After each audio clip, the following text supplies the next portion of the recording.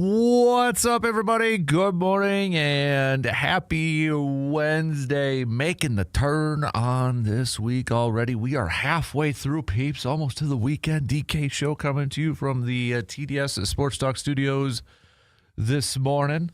If you are already up and at it, welcome aboard here. Appreciate you tuning in, whether it's on the radio dials, 105.1 FM, 790 AM. Checking us out online at sportstalk1051.com. You got the app, download that, tag it on the go. Your Alexa devices, your Google devices. Some of you got some Google devices out there too. Don't forget, Man Cave TV YouTube video stream is also up and rolling here this morning. Multiple ways for you to be joining in on the fun. What do we have on our game plan for us this morning? We're going to talk some Brewers as the Brew Crew back on the radio today, by the way, as they take on the Chicago Cubbies. Coverage will begin at 2. First pitch right around 2:10. But the Brew Crew yesterday taking on Team Great Britain in preparation of the World Baseball Classic, which starts tonight. World Baseball Classic starting tonight. But yesterday also, too, we've got the Brewers. We saw the Mizz making his spring training debut, getting the start yesterday, but also Kyle Harrison. So Mizz going 2 innings, giving up 1 earned run, struck out 5, though, in 2 innings, giving up a couple hits as well. But Kyle Harrison going 3 innings, just 2 hits and a couple Ks with a walk. So not a bad first impression, I would say, for Kyle Harrison yesterday for the Brew Crew. So, but Brewers back at it today as we get set kind of back into maybe a little bit more of a normal swing of things, normal, shall we say, normal schedule for spring training for the Brewers. Obviously, they're going to be missing quite a few players because of the World Baseball Classic and such, but it is what it is. So, I already tell you, because today is a Mike Star Market, am I wrong, Wednesday, but am I wrong for maybe being really pumped and excited for the World Baseball Classic? I don't know. There's just, I don't know if I'm like reading too much into it and just hyping myself up a little bit too much for this thing, but am I wrong for feeling really pumped and excited for this World Baseball Classic? Because I feel like we're going to get some good games, and I feel like this is just kind of a good setup for the baseball season. I feel like we're going to get some intense matchups, some good close games, and some highlight plays. I mean, we got a ton of star power all across the board here. So am I wrong for feeling a little too excited for the World Baseball Classic? Man, I'm ready. I'm ready. Let's dive into this thing. Let's get going. So we'll talk some baseball here this morning. Also on the docket, it is a busy night with some hoops action too. You've got the Badgers, both the men's and women's team in action tonight. Women's are going to be starting their Big Ten Conference play. Men's team, their women's team, by the way, taking on 15th ranked Illinois. The men's team at home for the final regular season game, as they will be taking on Maryland, and then they wrap up their regular season, obviously, this weekend against Purdue. Marquette's in action tonight, taking on Providence.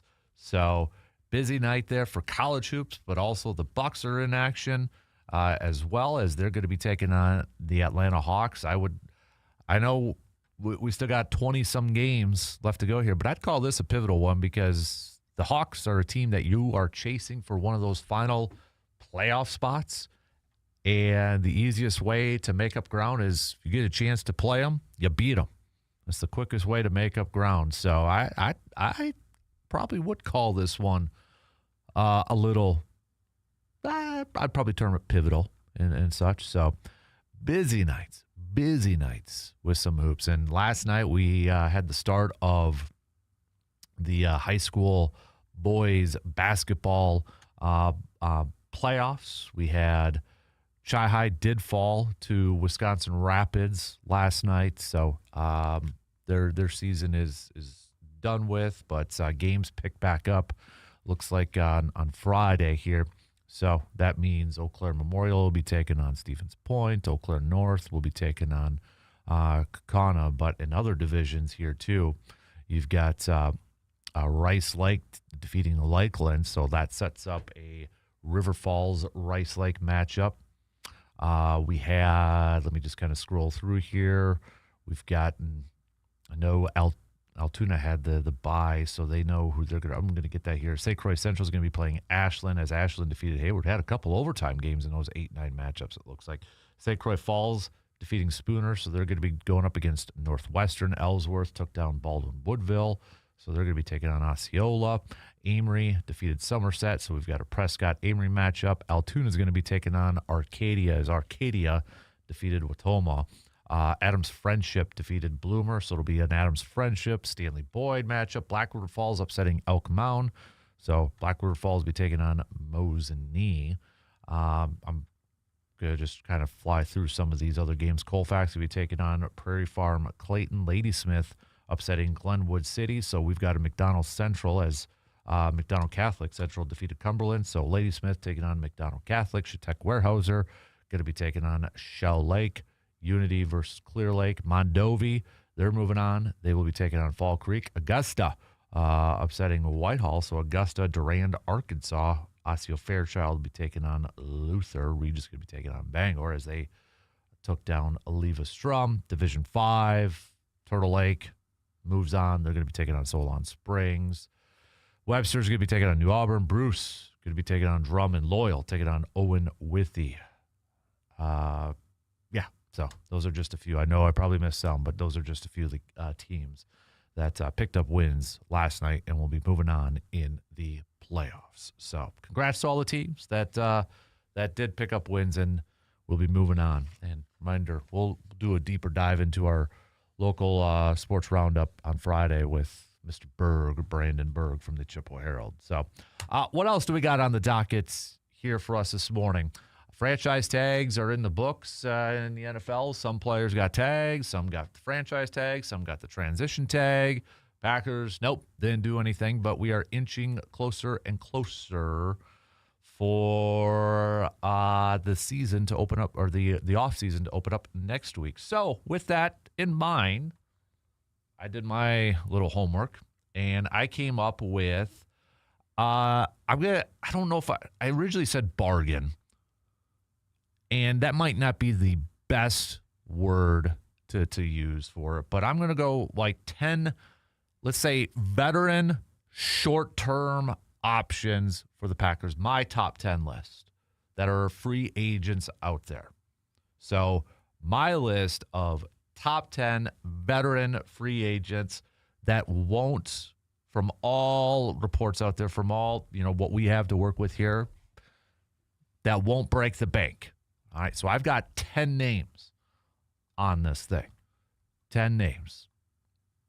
And it's a mixture of a couple of offensive players. Got some defensive players on there too. So I'll get to that coming up a little bit later on here this morning. So we'll do that. We'll do a little Inside the Hobby segment coming your way later on this morning as well. So that's kind of your game plan for sporting. And by the way, if you want to participate, you want to join in on if you've got a few names that you think are veteran bargain type of options for the Pack, you can let me know because, well, some players who didn't get the franchise tag or transition tag yesterday, they're now free agents. So, and then we know some players are expected to be released from all reports and such. Then maybe some of them haven't quite been released yet, but we'll hit that up coming up here too. So, all right, that's your game plan for us this morning.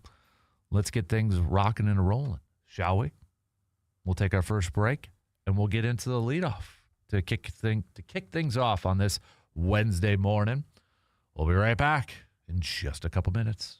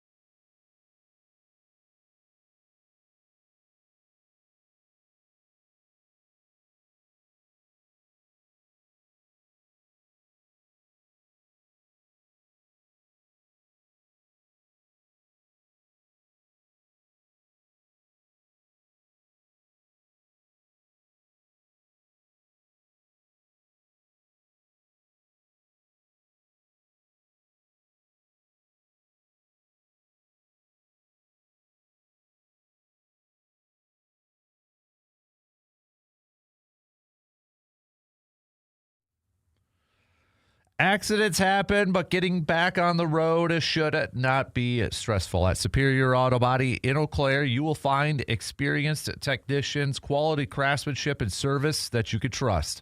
From collision repair and dent removal to full paint work and insurance coordination, they handle the details so you do not have to. They'll restore your vehicle the right way, safely, professionally, and with attention to every detail.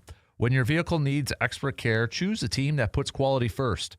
That's Superior Auto Body in Eau Claire, bringing your vehicle back to life, one repair at a time. We've got C-Bomb chiming in already this morning, the voiceless C-Bomb, saying, am I wrong? Do you think the excitement for the World Baseball Classic is driven by the excitement of Team USA hockey for the women and the men? Did that excite us to show our USA athletic dominance? Maybe for some. I honestly don't know if that's for me, maybe a little bit. I think what probably helps a little bit too is it's coming right off of the Olympics as a whole. Maybe that's a little bit to do with it, and that does relate to the hockey, obviously, and such. But maybe for some, maybe a little bit for me. And maybe I'm kind of thinking about, like one of the last games, because it's just kind of getting flooded in your social media timelines and such, or feeds and such. But, like, what was it, the Ohtani versus Trout matchup, and then you're possibly thinking maybe an Ohtani and Aaron Judge matchup when it gets to this. And I just think you look at Team USA and you look at a lot of those talented players on one squad. It's kind of like, I don't know, it's almost like the dream team. And I don't want to throw that name out there and such, but like the 92 dream team for the NBA and all that. It's just, we have these all-star games and such, but very rarely, do you have an all-star, like the two all-star teams, if you will, combined into one and all that. It's just, I don't know. I'm excited, I think, to see, and maybe part of it is just I'm just ready for some baseball games that kind of count in competitive baseball games and such. And it's just maybe that's fueling it a little bit. It's probably a lot of all those ingredients mixed together in the bread bowl, and then you put it in the oven, and there you go. It rises, and you're baking your cake or whatever. I'm trying to come up with an analogy that absolutely stinks right there. So, but nonetheless, I think it's a lot of different parts to it and such. But speaking of baseball, a couple of nuggets here, and going back to yesterday's game. Pat Murphy was not happy about the Brewers' performance yesterday, but we'll couple of other nuggets before that game. Christian Yelich is, according to Adam McCulvey from Brewers.com, this was from yesterday, Christian Yelich is penciled in to make his debut today against the Cubbies. So we'll see Christian Yelich get that debut. From all accounts, possibly. Could still change, but that's penciled in here. Another note about maybe trying to figure out who the opening day starter is going to be for the Brewers. It might not be, if it's not Brandon Woodruff, it might not be Quinn Priester either. Pat Murphy, before the game yesterday, this was from Adam McCulvey. Pat Murphy told us a couple weeks ago that Brandon Woodruff's careful buildup means he might not be regular season ready until shortly after opening day. It seems the same way. It seems the same way may be the case for Quinn Priester. Just a case of caution after last year's wrist discomfort. So maybe something to kind of keep tabs on there. But to the game yesterday, and normally we don't really break down a whole lot from spring training game and such, but we got to see Jacob Mizorowski for the first time. We got to see newcomer Kyle Harrison for the first time. Mizorowski hit 99.9 miles per hour. With his fastball during his first two innings. He threw 38 pitches against Great Britain, threw 10 more pitches in the bullpen and such. So just kind of a quick workout there for Miz. But Jared Koenig did not have a good outing if we kind of look at it. He got hit, and he got hit around. I mean, he didn't even get through an inning. 5 earned runs on 4 hits, 2 walks in a third of work. Not a good performance from Jared Koenig. Pat Murphy, after the game, acknowledged that Koenig had given up more than the usual loud contact. But he said they're not worried yet. He said he had a high workload last year, and Koenig has dropped some weight over the season. Murph saying, quote, let's get his strength back and get him throwing the way that he can. But Murphy overall was not impressed with his squad. This was a quote from yesterday. If today was a real baseball game, you'd have to say this performance was piss poor. That's the best adjective I can use for it if this was a real game. If this was the type of effort, the type of execution, you'd have to say piss poor on both ends, offensively and defensively. But we'll get that squared away, and we'll get back to playing our type of baseball. It's hard to mimic our type of baseball here, but you have to make an effort to do that. Talking about Great Britain, he said, quote, they played great, they made contact, and they played as a team. You can see they're trying to build something. All the credit in the world goes to that group. How they're getting themselves ready to play, I thought that was really cool.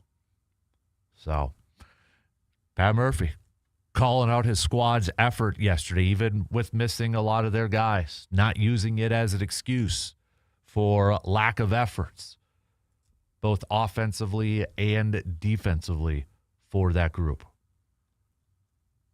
Good for him. Good for him. So, but yeah, Brewers back at it today, taking on the Chicago Cubbies. As we mentioned a little bit earlier, as of right now, it sounds like we're going to see Christian Yelich in that lineup making his debut. So, be good to see Yelly back out there and getting some ABs and such. But, yeah, just kind of overall, again, Brewers offensively only 5 hits in that 7-3 loss against Team Great Britain. And DL Hall, he was on the other side pitching against his ball club. He got the start, went 3 innings, giving up just 1 hit and no earned runs. So going up against their teammate, or he was going up against his team and such. So, and he looked like he was pretty darn solid. So, but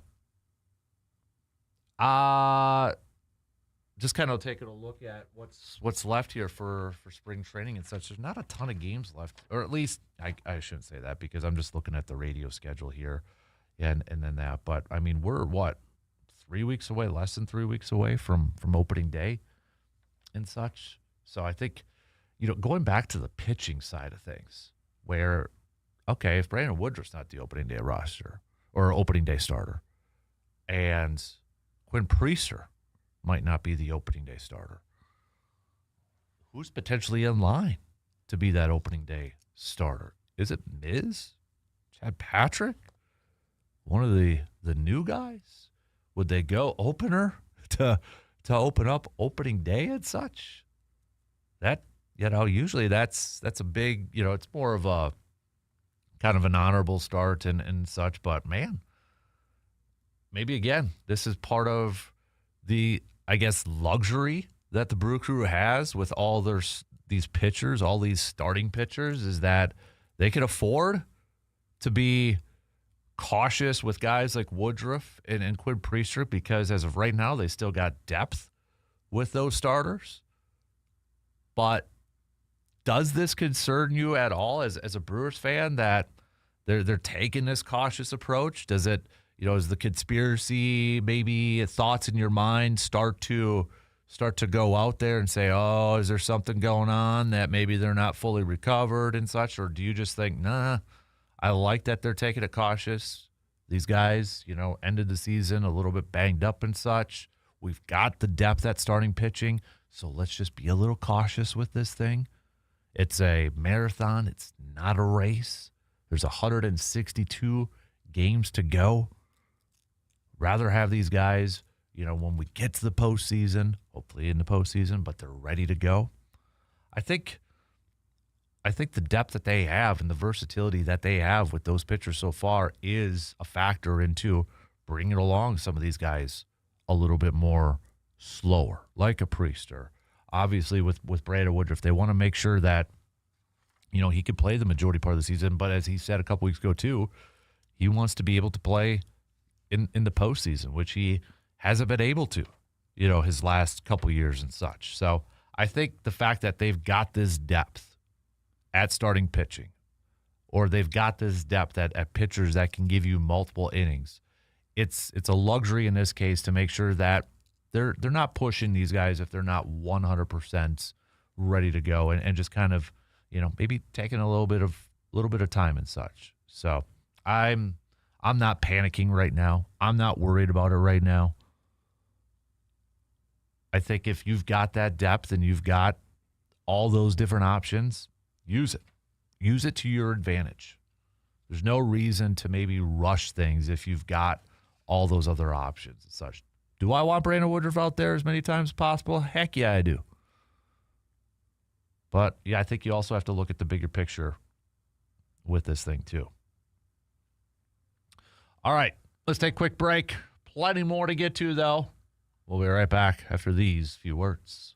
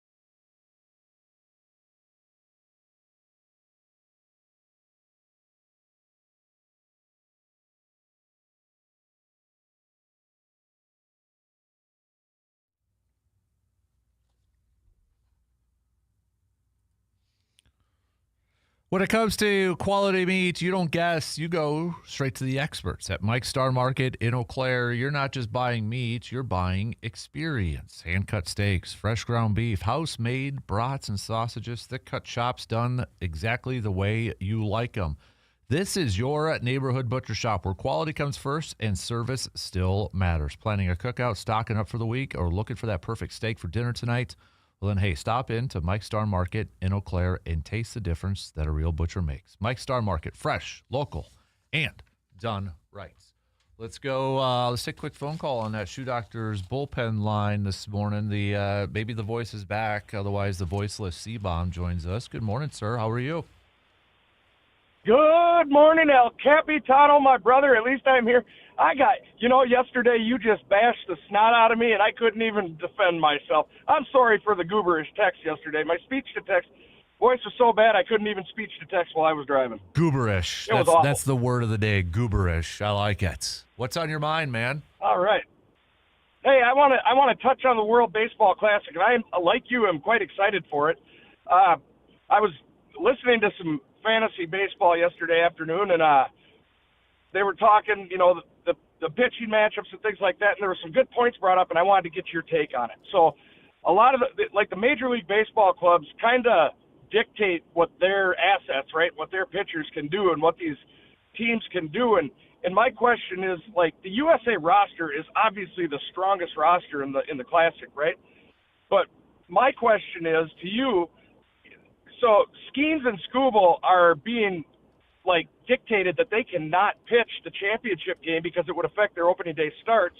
Whereas when you look at Team Japan, should we run into them, which we most likely will, Yamamoto and Ohtani are going to be free to pitch that championship game for Japan.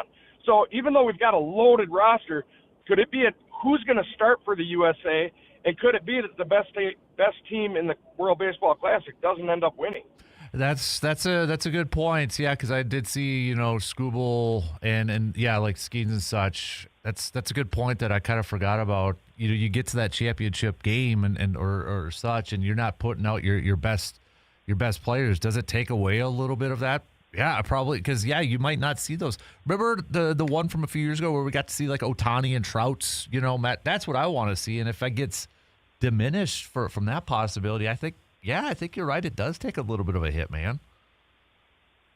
Yeah, I mean I would love to have Yamamoto and Ohtani against Skeens and Scooble in the championship game, having a 1-0 game with a walk-off bomb from somebody like Judge or something. That'd be amazing. Mm-hmm. But I just worry that Japan might get who do we throw out there? Granted, every pitcher on this roster is a stud, but would you rather have an aging Kershaw or would you rather have Scooble up there in the 9th inning? Right? So exactly. Yeah, I'm just curious to get your take on that. No, and that's the thing though too. What happens if if you're a fan of the Tigers or the Pirates and such, and all right, you throw those guys out there and they get hurt, so they're not ready for the first month or two of the season. How would you feel as a fan of that team then? Yeah, I mean they're the smaller market clubs that rely on that ace pitcher. That the Dodgers, the Yankees, they can get away with losing 3 or 4 pitchers and still end up winning 100 games. But, these smaller market teams rely on that big arm. So that's one thing. The only thing I worry that could diminish this Classic. But otherwise, I am super excited, and I can't wait to watch the best of the best go out there and knock that ball around. That's going to be fun to watch. I think one thing maybe that will help those starters too, C-Bomb, and maybe maybe I'm wrong on this thing, but at least they're probably not going to go out there and pitch 6, 7 innings or even 5 innings, right? I mean, they're probably going to go out there and just do a couple innings and such, just so they don't overwork them, I would imagine. Yeah, I'm sure the ball clubs have heavy pitch counts on them and days of rest and all that, but and they've got 20 pitchers on the roster. I don't even know what the exact number is, but it'll be interesting to see. And it's been fun for me. I think it's gotten more competitive over the last couple of decades. It used to be USA was the best in the world, and Japan kind of played with us, but now other countries are getting better. You just saw Great Britain and how they're trying to make their club better, and mm-hmm. It's fun to have watched America's game grow globally. So let me ask you this though too. Are you maybe a little bit more excited, intrigued, because Griffin Jackson's on the roster too. Remember, he's on Team USA. I know you've talked about him quite a bit. Yeah, I'm excited. There's a lot of young talent on this team this year, and I can't wait to see. I mean, Bryce Terray. I can't wait to see how he does for the team. It's going to be a lot of fun to watch. And, yeah, I mean, as long as we, if we were to lose and it's to Japan, yeah, that'll suck, but I'll live with it. If we ever lose to Canada in baseball, at least we can hold hockey over their heads. We can never let them hold baseball over ours. Right, exactly. So, hey, before I let you go, are you a little bit excited for next week for the for free agency, NFL, New Year, and such? Do you think Green Bay is going to be active next week or not? Oh, that's a great question. I am extremely excited. Who they're going to go after, I really don't know. I mean, I've been listening to you. I can't wait to hear your list of your top 10. I don't think they're going to make a huge splash like they did last year with going after Parsons at the last minute. I think. Well, granted, that was a trade, not free agency, but they're going to have to plug a few holes. It'll be interesting to see what they do, and I am excited to see what they do. I think they're going to make some improvements on the roster. I'm also excited to see where some of the players we've had go, like Romeo Dobbs. Does he come back? Does he go somewhere else? Malik Willis? I think it's going to be a fun start to the league year. Yeah, I agree, man. I agree. All right, anything else before I let you go and you get back on the road? Nope, that was great, man. I appreciate you taking my call. Looking forward to hearing about the top 10. And you have a great week, my brother. You too. There you go. There's C-Bomb hopping off on that Shoe Doctors bullpen line this morning. So, tell you what, why not? Let's just do right now the top 10 since C-Bomb's talking about it and such. So, NFL free agency opens up next week. Yesterday was a deadline for franchise tags. So any player who didn't get a franchise tag, didn't get a transition tag, they are scheduled to be free agents now. So either it's ESPN or NFL.com and Greg Rosenthal's, you're probably seeing top 100, top 101 free agents out there. So I don't think Green Bay is going to be a big player for, top tier free agents. I don't think they're going to be a player for a Trey Hendrickson, that with Cincinnati not giving him the franchise tag. Hendrickson is going to be a free agent, and he already posted his goodbye to Cincinnati. So you can probably count that as a for sure thing. So I don't think Green Bay is going to be players in that. And the other day we were talking about, some of the more notable Packers free agents over the years, not the Hall of Famers, not the Reggie Whites, the Charles Woodson and such, but those veteran maybe second, third tier free agents that were impact players for their ball clubs, whether it was like Super Bowl 31, Don Beebe and such, or Super Bowl 45, Desmond Howard back in Super Bowl 31. I feel like Green Bay needs to hit on some of those type of signings, trying to find, whether you want to call it a second or third tier or maybe a veteran free agent that won't break the bank. Maybe you could kind of call it a bargain. I know I threw out the word bargain to describe it. And, not saying that these guys are going to all play for the league minimum and such, but I was looking at the other day, last night, the list of free agents and try to come up with a list of maybe some veterans that I would like to see Goody go out there and maybe kick the tires, maybe try to bring in, and these are going to be guys that maybe are 1 year or 2 year deal type of players. So this is just my list. This is just my opinion. All right. And again, these are just veteran 1, 2 year type of guys. Call it bargains, call it maybe under the radar, whatever you want, but they're not going to break the bank type of players. So let's start off with a couple of defensive linemen or front 4, front 7 type of players. First off, Calais Campbell. I think, yes, he's up there in age. Yes, he's going to be 40, but he's still getting the job done. He would be like the perfect 1 year type of deal. Obviously, played with Jonathan Gannon last year with the Arizona Cardinals. Green Bay needs some dudes in the middle to stop the run, to provide some interior pressure. And even though Calais Campbell is 40 years old, going to be 40 years old, the guy is still playing at a very high level. And if you could bring him in on a 1 year type of deal, part of that rotation, I'd be all about that. Why not? and a couple other guys that I would say that are actually have experience with Jonathan Gannon. Kind of maybe kicking the tires and going back to those guys. I'm going to go.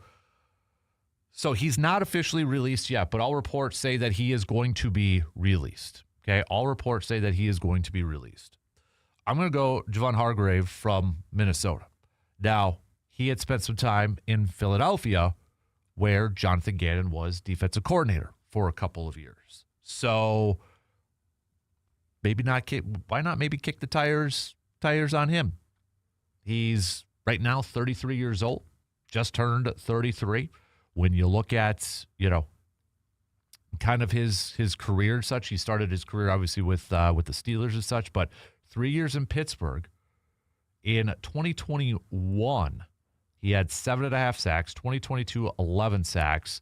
Went over to San Francisco in 2023, had 7 sacks. And since then, not eye-popping numbers. Last year for Minnesota, he played in 16 games, 3.5 sacks and such. But maybe this is a guy, again, a 1-2 year type of deal.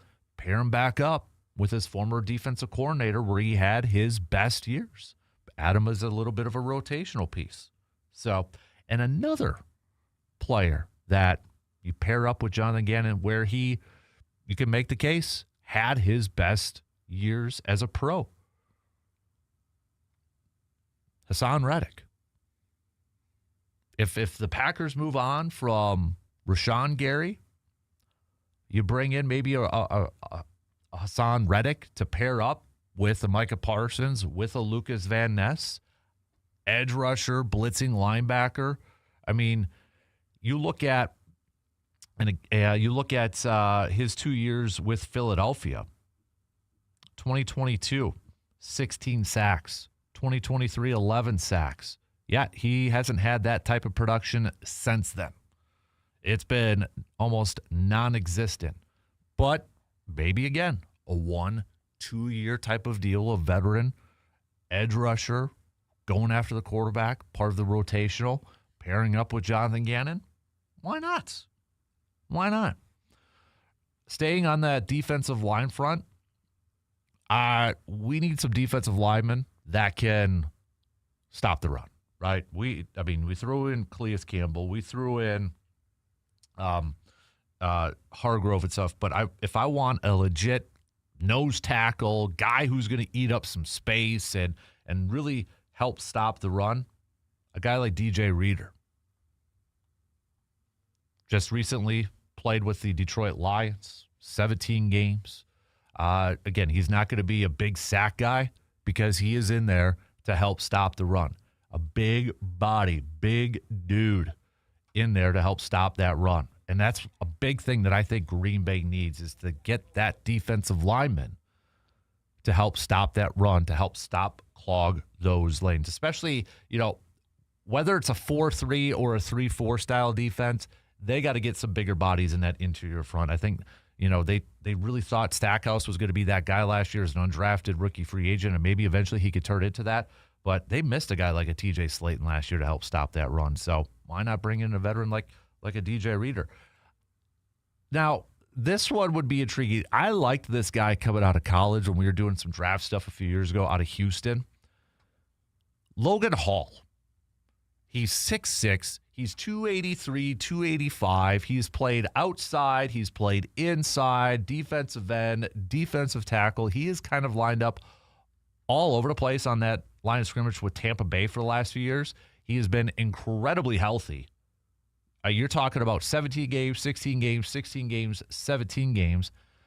2024, he had 5.5 sacks and such, but as a rotational piece on that defensive line and a little bit of versatility, maybe he comes in as, again, a 1-2 year type of deal.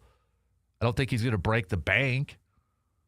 I liked him a lot coming out of college because of that versatility, because of the size he has.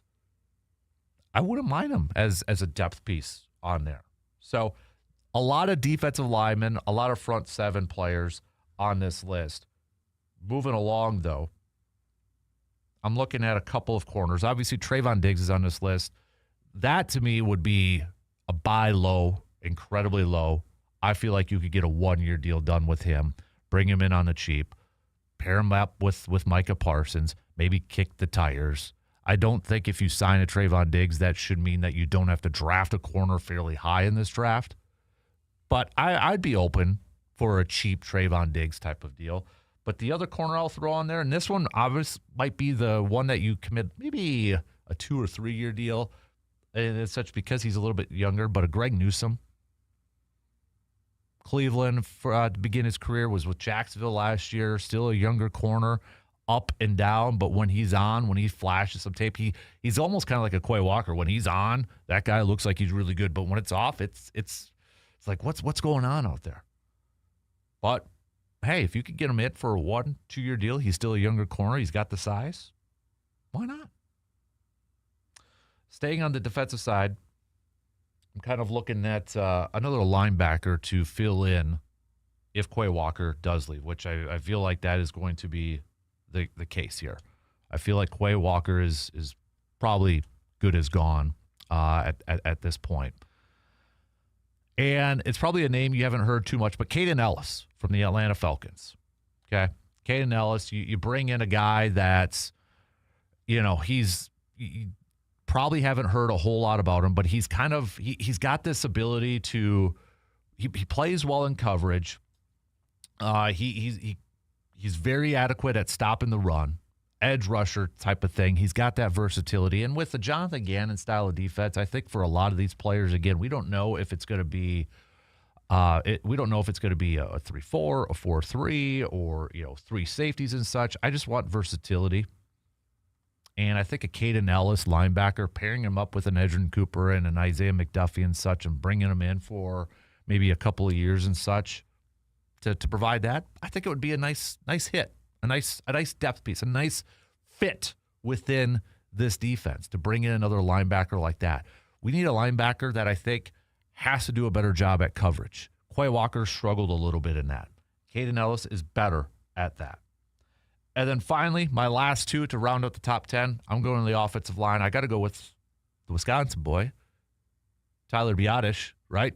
Now, apparently he's visiting the Chicago Bears because their center, after they signed him to a nice deal last offseason, he's calling it quits at the age of 27. So Chicago's looking for a new center. Green Bay, bring the man home. Bring him in for a couple of years. Maybe draft a center day 3. But I wouldn't mind having a veteran center to kind of, settle down that offensive line here for Green Bay. And then I think Green Bay needs a swing tackle. They need some depth on offensive line. They need to, really, really build that up. And they're going to do that in the draft and such. But I think right now for the short term, I want a swing tackle. If we're going to open up the season with Jordan Morgan at left tackle, Zach Taub's going to be right tackle, they need a swing tackle. And I think you can get a 1-year deal done with a guy like Braxton Jones, who is a swing tackle. If you need a backup tackle that can play both sides, maybe a Braxton Jones. You don't have to break the bank for him. So those are my top 10 bargain or top 10 veteran free agents that won't break the bank. That I wouldn't mind Green Bay kicking the tires on a few of those players. All right, I will along. We got to take a really quick break, but we'll be right back after these quick words.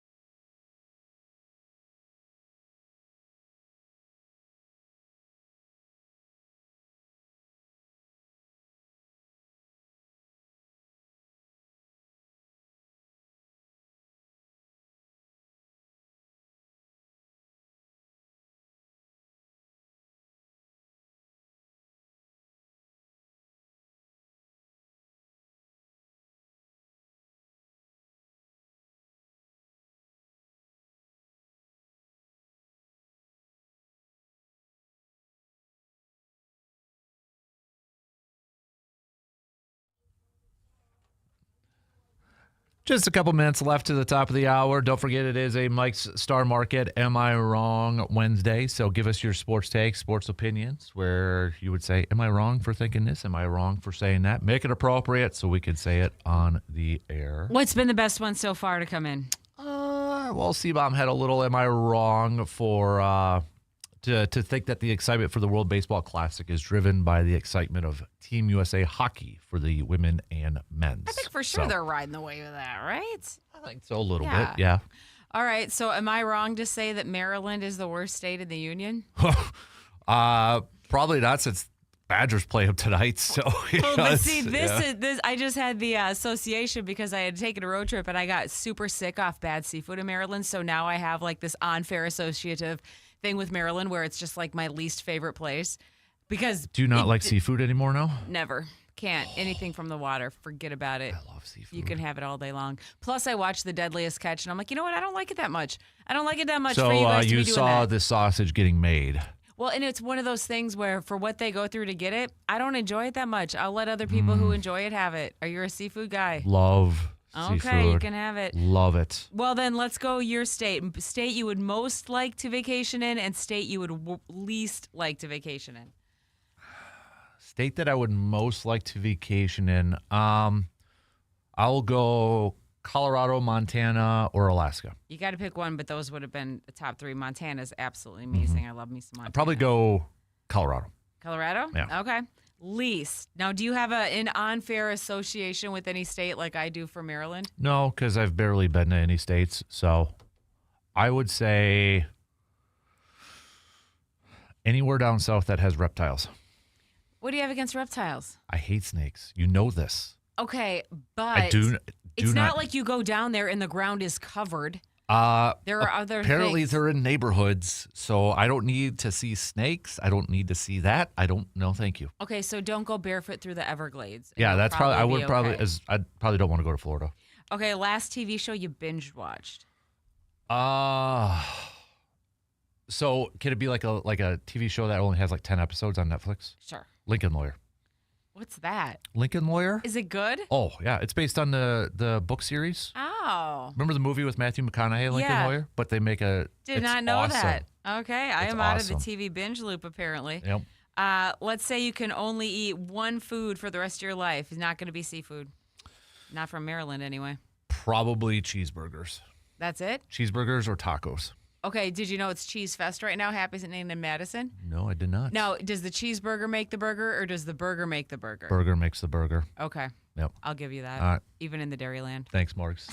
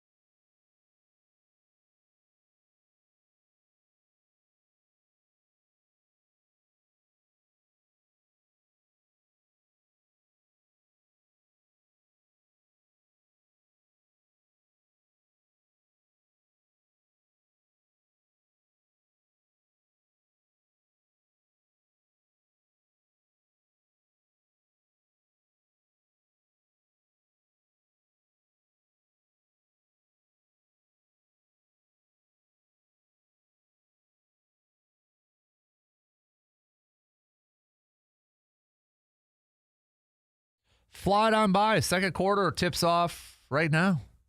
Kicks off right now. However you want to phrase it. Thanks for hanging out with us this morning, whether you are listening on the radio dials, 105.1 FM, 790 AM. Also available to stream up at our website, sportstalk1051.com. I got the video stream up and rolling, Man Cave TV. Tom, I just saw your message. Our good friend Tom from across the pond. We did talk about Great Britain beating the Brewers yesterday. Pat Murphy critical of his team and such. But Tom, give us your assessment for your team and such. But yeah, we did talk a little bit about it yesterday.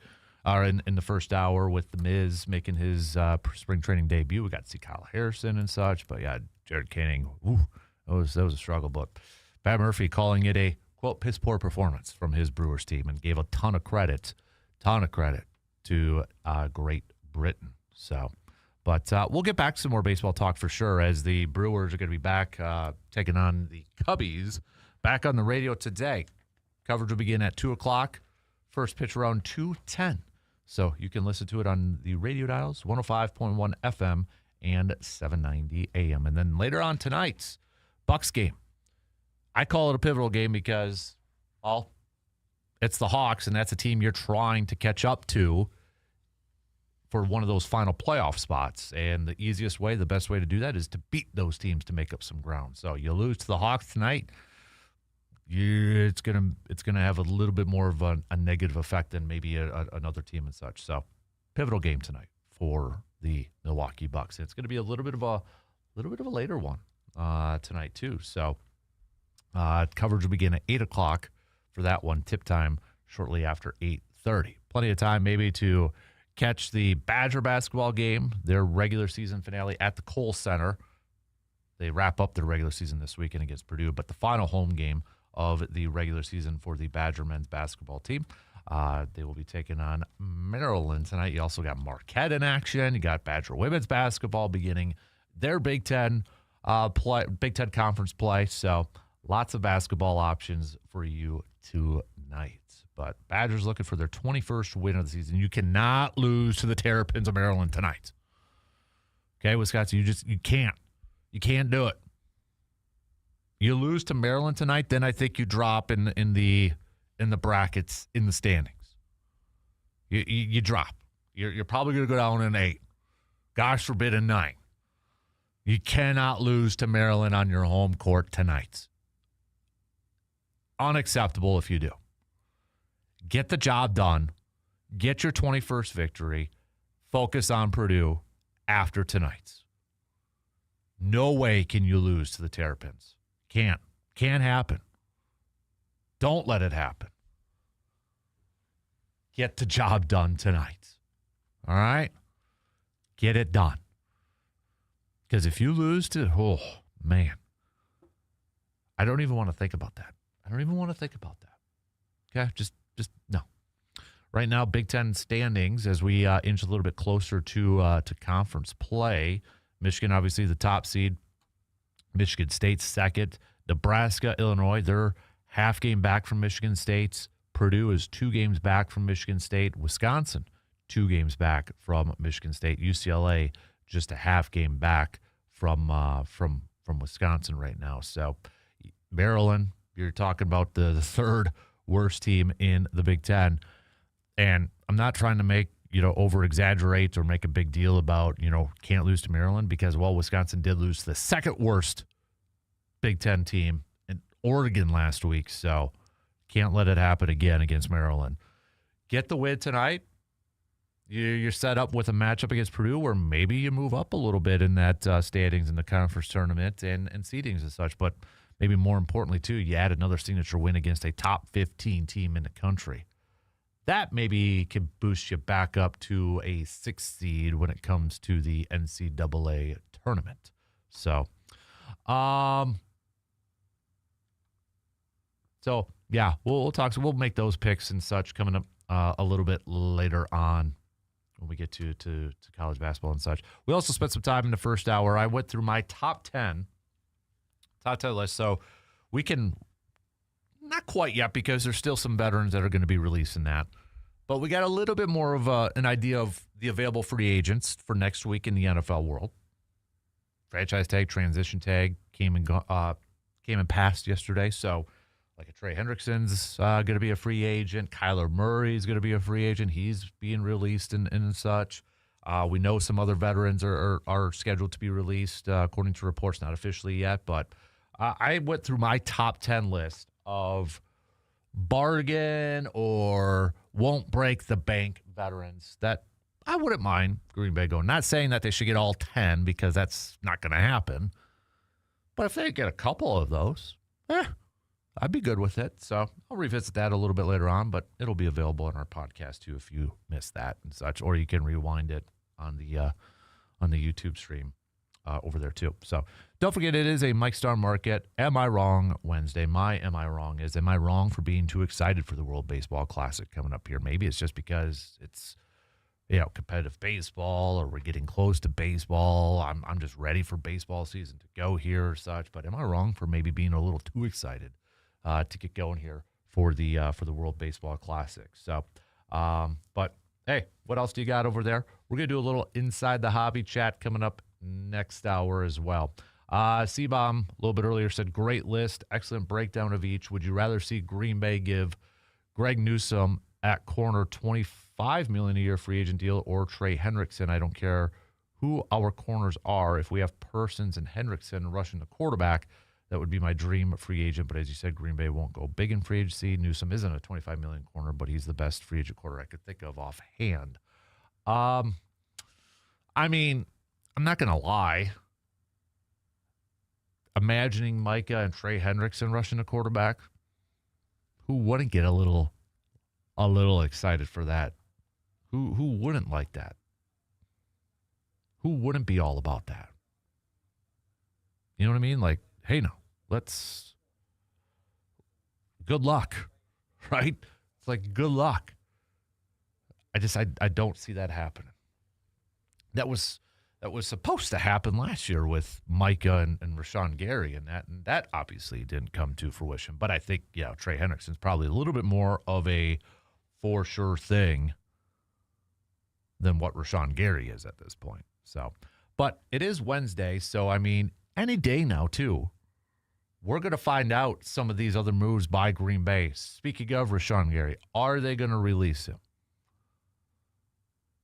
There's just no way humanly possible does this team say, we're going to keep him status quo, contract-wise, status quo. Everything's the same. We're good. We're happy with it. There's no way. No way that could happen. Elton Jenkins, same thing. We're going to find out here in the next couple days. Those moves, because they got to happen by the new league year next week. It's got to happen. So, and honestly, for Green Bay, they may take it up to the deadline. That would be a typical Green Bay type of move, type of thing. So, don't expect it. I mean, we shouldn't have expected it earlier on in this whole process and such. So, but the other thing, obviously we're kind of looking at that, but and this is probably something that won't happen within the next couple days and such here too, but I'm maybe more curious to see who they maybe extend first. Is it a Tucker Kraft? Is it a Christian Watson? Is it a Jaden Reed? Is it somebody else? Is it Devontae Wyatt? I'm kind of curious to see who they view first on that pecking order, and maybe they don't do any of them this year. I would think they'd like to get one or two of those extensions done this year.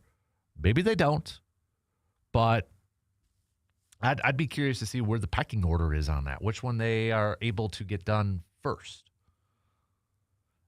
And I think we're going to see some other contracts that you're going to see, like restructures and opening up cap space, like a Josh Jacobs potentially converting some of that money into, a bonus so you can ease up the cap hit for this year and that. So, but yeah, I'm kind of curious to see which one they maybe prioritize. And it may not necessarily mean, hey, we got to get this guy done first because he's most important. It might just be we're going to prioritize this guy because it might be a little bit easier to get done than so-and-so.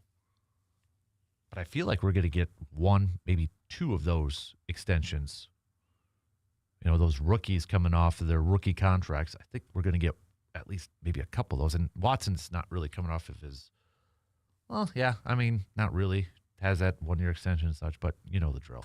So, all right, let's take a quick break. We'll have some more football talk as well, but send me your Am I Wrongs, your Mike's Star Market Am I Wrong Wednesdays. Hit me up with a quick text on that Shoe Doctors bullpen line, 715-830-1912, or join in on the chat on the video stream. We'll be right back in just a couple minutes.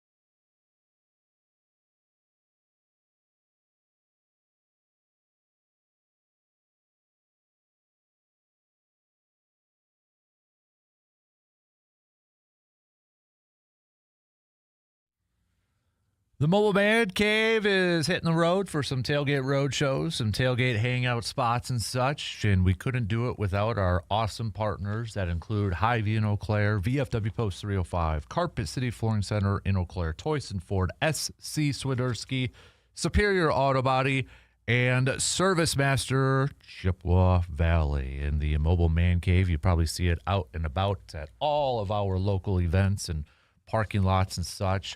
And it will be at the VFW Post 305 for our Friday skip day, March 20th, Hoops Skip Day, as we're going to be doing the program over there and watching some basketball all day long. So if you want to hang out, if you're one of many that takes that Friday off to watch a little hoops, hang out with us at the VFW Post 305, located on Star Avenue in Eau Claire. We'll have some free beverages. We'll have plenty of prizes to give away, including some Brewers tickets as well. So put that on your calendars. Coming up here in just a couple weeks, 2 weeks from this Friday, March 20th, over at VFW Post 305, Star Avenue in Eau Claire. But again, a big thanks to all of our Mobile Man Cave partners, VFW Post 305, Hy-Vee, Carpet City Flooring Center, Toyson Ford, SC Swiderski, Superior Auto Body, and Clay, and our good friends at Service Master Chippewa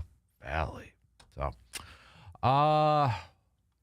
coming up next hour, next hour I'll do a little Inside the Hobby segment and such. A lot of you say we need to do a little bit more of that, so we got some stuff planned coming up here in the near future. So, little Inside the Hobby coming up next hour. And then we'll get to some more of your Mike's Star Markets, Am I Wrong takes. Got a few more of those to get into here as well. I do want to talk some Bucks and some hoops tonight with, I know we were just talking about Badger hoops and such, but I do want to talk a little Bucks hoops tonight going up against the Atlanta Hawks. So I know everybody's kind of down on the Bucks right now, but I'm kind of there with you too. But maybe, just maybe, they can figure some things out and get to the postseason and such. I don't know, but we'll see. But continuing some more football talk here this morning, as we've been, yesterday was franchise tag deadline, transition tag deadline. That has come and gone, so we have a little bit of a better idea in terms of who's going to be free agents. We're still waiting for official releases from some veterans and such. So those have come out sporadically and such, but we know the new league year begins next week and such. So we're getting a little bit closer and closer, but with that deadline of the tags now in the books, we have a little bit of a better idea of who's going to be available and such. Any of the veteran free agent moves to you, Joe, or not free agent moves, veteran cuts from yesterday, like a Kyler Murray or the last couple of days, kind of surprise you at all, or no, not really? No. When you look at the cap situation of some of these teams, you realize, and let's talk about the Vikings. They're already talking Aaron Jones. They're talking Greener. They're talking a lot of guys that they're going to have to get rid of. And when you look at their cap situation, you understand why. And so, it really, and I love Andrew Brandt when he looks at these free agent deals that players sign, and the agent, of course, wants to hype up the fact that it's a 4-year, $80 million deal, when in reality it's a 2-year, $27 million deal, or whatever the case may be. So when they get to that point, you're going to be cut. And this is why I love how the NFL financial structure is set. And this is why, again, compared to what Major League Baseball is right now, I love the fact that teams can maneuver and get flexible and get under the cap and still make moves. So none of the cuts or none of the suggested cuts are surprises. Green Bay has some work to do. And I heard you talk earlier today that they haven't made any announcements yet. And so I would imagine Russ Ball and the team is working behind the scenes to maybe get some restructured deals done and seeing what some guys might play for and if they'll take less and could you restructure and could you do some other things. And so, and you also said earlier, it wouldn't surprise you at all if Green Bay waits until the final moment to get under the cap and get into compliance with the new NFL year. And I totally agree with you. And look, you look at Goody's track record. And I know everyone wants to point to last year and Aaron Banks and Nate Hobbs. And in year one, it certainly didn't look like those were smart moves. Go 2 years ago, though, and you get Xavier McKinney and you get Josh Jacobs. And you go back to Goody's second year, and he goes and gets Billy Turner, and he gets Adrian Amos, and he gets Preston Smith and Zadarius, thank you. So, he's active in March, and I think Green Bay is going to have the wherewithal to get down. And there's some guys out there, and I've said this all along. I think and I heard you guys talk about Trey Hendrickson. Mm-hmm. I get that. I 100% get that. I just don't think he's going to come cheap. So I don't see that move. I see Green Bay going after, and I've said this before, I think they are going to go after a veteran cornerback. And then I think they're going to expect growth from some of these young pass rushers who they drafted last year, and also Lucas Van Ness. And I totally agree with you, too. No way, absolutely zero possibility Rashawn Gary and Elton Jenkins are under the same contract playing for the Green Bay Packers. I agree. I want to go back quickly here to last week, the grades that were leaked out and such. What was the most surprising grade to you that came out? Was it the Matt LaFleur full letter grade? Was it, the training staff sort of thing, which we had a combo with Dr. Crow on Friday, and he had a little bit of a nugget on there. So when he actually talked with Bob Anderson, long time, and he said Bob Anderson always used to tell a story that agents would always, not all of them, but agents a lot of times would kind of maybe plant the seed in a lot of players' heads that the team's training staff isn't that great, so that the agent could tell them to go to which doctors. So I don't know if that was at play here when it comes to that and such, but I thought that was a kind of a good little nugget. Absolutely. Kind of keep that in the back of your mind. But anything else kind of maybe stood out to you the most when it came out to those grades? Is it overreaction, do you think? Do you think LaFleur should take them seriously? I think you always have to take, when you're coaching the coach or grading, you have to take them seriously. You have to. And whether or not it's the vocal minority who's speaking up, or whether or not it's the general consensus of the football team, you have to take that seriously. I don't care what level you're at, or if it's sports or if it's a business. You have to take those seriously. Now, there's three areas. You mentioned the training staff. Obviously, Steno did not get a great grade. Right. Conversely, the DC and special teams coordinator sure did. They got great grades. And so, Hafley and Bisaccia, people talked about how much they liked him. You look at the training staff, you look at Steno, and you look at LaFleur. Those are the big, I guess, red flags, if you will. I think LaFleur needs to be careful. And I think he needs to be careful with two things. There's a certain, and I've picked up on this recently, a certain arrogance that LaFleur is bringing to the table. I don't mind that. I really don't. I think confidence, borderline arrogance is not a bad thing. So I think LaFleur needs to look himself in the mirror. I'm not saying there's anything. It was the right choice to re-sign him, not bringing up any controversies. I think it's just good to look at yourself in the mirror and say, where do I need to improve upon? I'll give you an example. I met with my quarterbacks last night, and we had dinner. And, of course, you guys know that I coach at Eau Claire Memorial. And I told them, here's some things that I need to work on. Because I asked them, what do they need to work on? And I said, here's some things that I need to work on, and we as a coaching staff need to work on. So I think you always got to look at yourself in the mirror. I think the biggest one you look at is that full letter grade with LaFleur. And again, whether or not, like I said, the vocal minority, whatever the case may be, at that point, you kind of look at yourself and say, all right, what do I need to do to get better? The Steno situation, it was telling to me that he did not get any. He didn't get a job to jump ship. Okay, so and Steno, looking back at it, I thought he was a great O-line coach, and this is one of those examples where maybe just that natural progression of growing from within is not the way to go. So I'm not as concerned about the Steno area and the training staff. I think that could be some agent speak.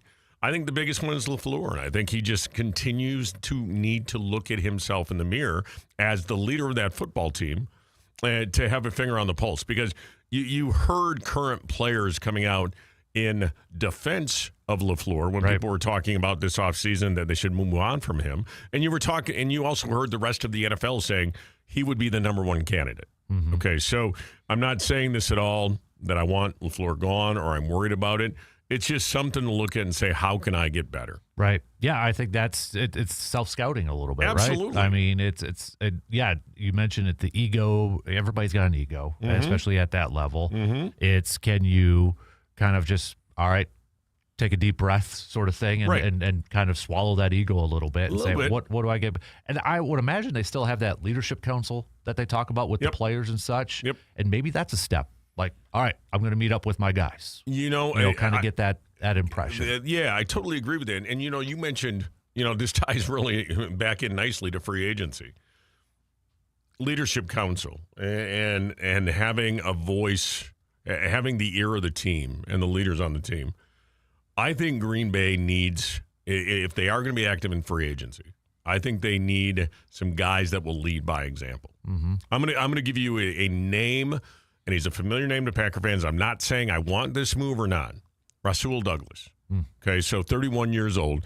I think Green Bay needs to bring a couple of locker room guys in, and Rasul Douglas was widely recognized as a locker room guy, a glue guy. And so I think Green Bay has to look at bringing some of those kind of guys in that you just know are solid leaders, are guys that can grab younger guys by the face mask and say, look, man, it's not going to fly here. You can't just get away. You can't freelance. You can't do this. You can't do whatever because every action has a repercussion. And so I think that leadership council, I think LaFleur getting some guys in here and also some of the younger guys stepping up as well. I think, obviously a Jordan Love comes to mind, obviously a Tucker Kraft, a Zach Tom, a Micah Parsons, Xavier McKinney, Josh Jacobs. You've got some natural guys there, but I think you need to bring in some other guys to have that locker room. We were kind of talking a little bit about yesterday, the Ryan Pickett's, the Don Beebes. Yeah, those absolutely. Type of guys. Spill it, Pickett. Yeah. Spill it. Those under-the-radar signings that you bring in and you get more than just the on-field off of them. Right. And I think it's time, and you and I talked about this a few weeks ago. I think you're going to see a couple of one-year deal free agents. A couple of guys that may be north of 30 that are going to bring more to the table than just what they provide on the field. And I wouldn't be opposed to that at all. So let me throw a name out there that I don't know if he'd actually make the field of that, but if locker room and leadership, and we know LaFleur loves the heck out of him, Mercedes Lewis.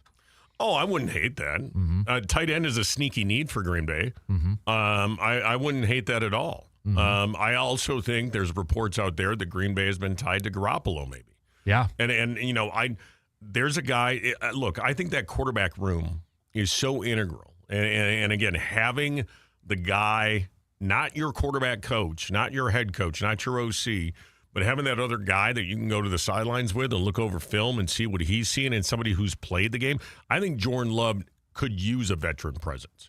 I think going the young route with that number 2 quarterback is not the way to go. I think Malik Willis they found lightning in a bottle. Yeah. I don't think it's going to happen again. I don't think they're going to be able to get throw a ham sandwich to another team and get a guy that's going to be Malik Willis. But I think that's another move that you could make that, look, it's a guy that's been through the wars. Yeah. That's a guy that brings veteran experience to the table.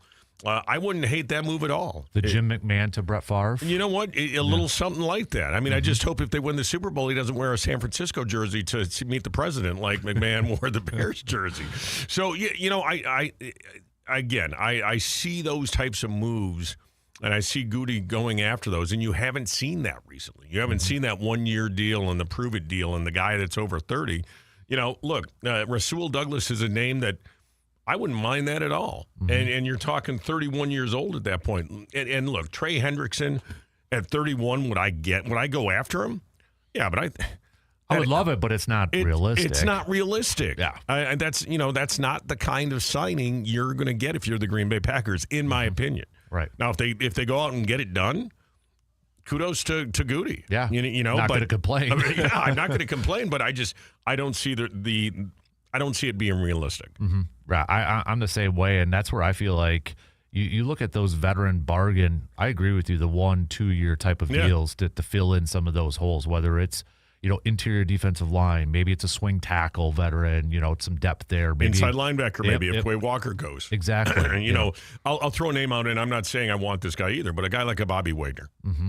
Okay, so there's a guy who you're going to sign to a 1 or 2 year deal, and you're going to get a veteran presence, and you're going to get leadership in the locker room. And I think, as next week approaches, we're going to know a lot more in the next few days. Obviously we have to, because Green Bay has to get under the cap. They have to. So we're going to know, and it's too early to say, yes, there's some obvious positions like cornerback, and obvious positions like Trey Hendrickson. You're going to know, though, if all of a sudden they restructure Elton Jenkins, okay, maybe he goes back to left guard. There's just some dominoes that happen at that point. But at this point, we're all shooting darts blindly because we don't know what moves with the current roster Goody's going to do. Right, exactly. Last thing before I let you go, obviously we've got a new special teams coordinator. It was a Friday news dump last week, and it's always, to me, very difficult to kind of like, oh, that's a great signing, and then all that. Right. Everybody knew Rich Bisaccia, and we all thought it was a fantastic hiring because obviously interim head coach and that. You look at, we look at the new guy, obviously a couple of years with the Giants, and then he was with the Patriots under Bill Belichick and such. So that's got people excited. But I think a lot of it is just going to be, okay, is the team going to give him the resources, the players, to play special teams? It's really hard to kind of assess this hire. Would you agree? Yes. And look, when you see a hire like this, you look at, all right, what programs did they come from? Mm-hmm. All right, and who's their influence, the coaching tree, if you will. Mm-hmm. And you like what you see with the Bill Belichick connection. You know, and again, the only reason he was not retained when Gerard Mayo took over that leadership role over in New England. Mm-hmm. So you look at the tree and you say, all right, that's an impressive tree. That's an impressive background. That guy, I believe, has a ring. Mm-hmm. And so you look at those things and you say, all right, I'm gonna give this a shot. And again, proof's in the pudding. And like you said, and I think you and I back in our day, Dan, were probably pretty good athletes. Mm-hmm. But if he's got you and I out there playing special teams, I don't think it's going to work. Just and I've got quite a few years on you, and you're probably much closer to the athlete you were. But I still don't think they want you and I out on the field. No. And so if they're throwing, if that's the pick of the litter, if you're not giving him the resources, I don't care what special teams coach you are. Right. If you don't have the players, you don't have the players. Again, going back to the 1997 Super Bowl, Packers don't win that Super Bowl. Packers don't even probably go to the Super Bowl if it's not for Desmond Howard. Mm-hmm. And so, you went out and got a player. Ron Wolf went out and got a player that made a difference on special teams. Mm-hmm. And we all knew Romeo Doubs was never going to break a punt last year. No. So we'll see. We'll see what happens. And again, I liked the hire, but like you said, it's kind of on paper, it made sense. Yep. Hell, I'd take Travis Jervey just without the Tiger. You know what? He and LaShawn Johnson were just a weird pairing, man. Yeah. Just those two were roommates for a while, and I love Jervey on special teams, but you're right. I would take him without the Tiger. Yeah. Did I ever tell you the story of my buddy is a huge Travis Jervey fan? So my buddy Jake, you've met him. I brought him to a Packer game. Oh, yes. For whatever reason, just a Travis Jervey fan. Yeah, you get those guys that you're like, I'm a fan of him. And college, he, one morning, I was like, he's wearing a Travis Jervey. I'm like, where did you get the Travis Jervey jersey? You've never had one. He ran into somebody at Sheenan's on Water Street. We were in college. Bought it off the guy's back.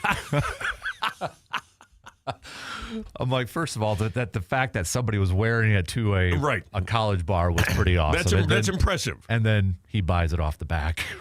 That's the only one he wears. You know what? I know we're up against it, but in future episodes with you and me, I think what jersey, random Packer jersey, would you want? Do you still do that when you go to games? Yes. You kind of look around like, there's a Jerkovic jersey. Oh, 100%. I still do that too. 100%. You look random and you're like, oh, man, that's a good one.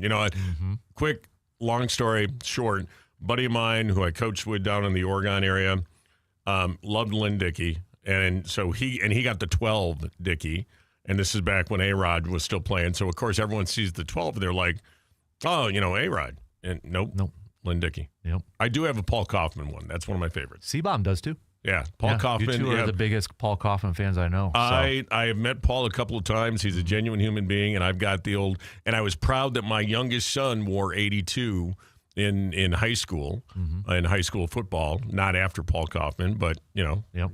there was a proud Paul Kaufman moment as a dad at that point. Right. Yeah. All right. Good stuff, man. All right, man. Appreciate it. We got to take a quick break, and we'll be back with plenty more coming up after these quick words.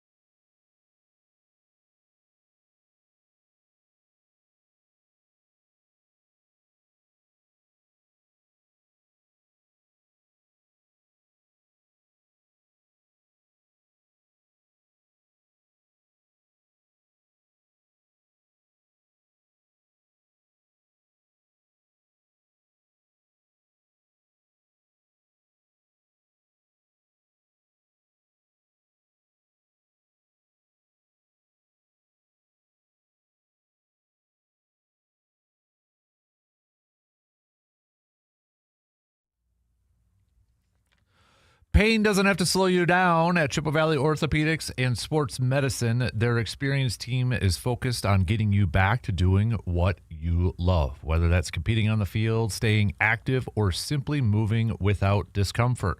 From joint pain and sports injuries to advanced surgical and non-surgical treatments, they provide personalized care designed around you.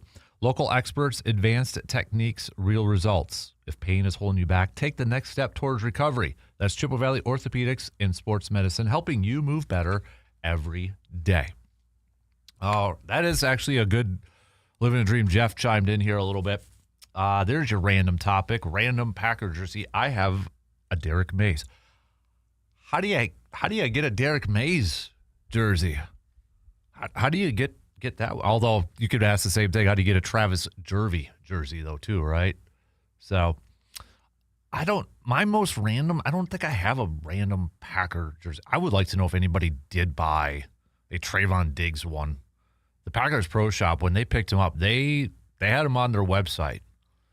I would like to know if anybody went on there and paid some triple digits to get a Trayvon Diggs jersey, only for him to play essentially a half game and one snap in the postseason game. That might be one of the more random ones there, short-term ones there. I know it's not random. I know my first, I say legit Packers jersey, not like game worn or anything like that, but like one that you would actually buy at a store, not a T-shirt version or anything like that, was Robert Brooks. I remember buying it at Shields when I was, I think it was in middle school, elementary school. I've told this story before, but I remember buying a Robert Brooks jersey at Shields, or getting a Robert Brooks jersey at Shields because I was like 8, 9, 10, whatever it was. And then Shopko, getting a Packers turtleneck. And that's what I would wear all the time. It's the Packers turtleneck with the Robert Brooks jersey. Still have both of them. Still have my Robert Brooks jersey. It's in the locker. I have a wooden locker for the man cave with all the jerseys and such. And I still wear that Packers turtleneck every deer hunting season. I don't know why it still fits. Don't know how it still fits. But that thing still fits. It's kind of ripped up in some areas, but it's like tradition for me every deer hunting season in November. Got to wear that Packers turtleneck. So, Packer Pro Shop rookie year. So, do you, if you were an adult, do you still go out there and buy a new jersey? Do you still wear jerseys? Go to games and such? I know that's like a hot button topic for a lot of people out there too.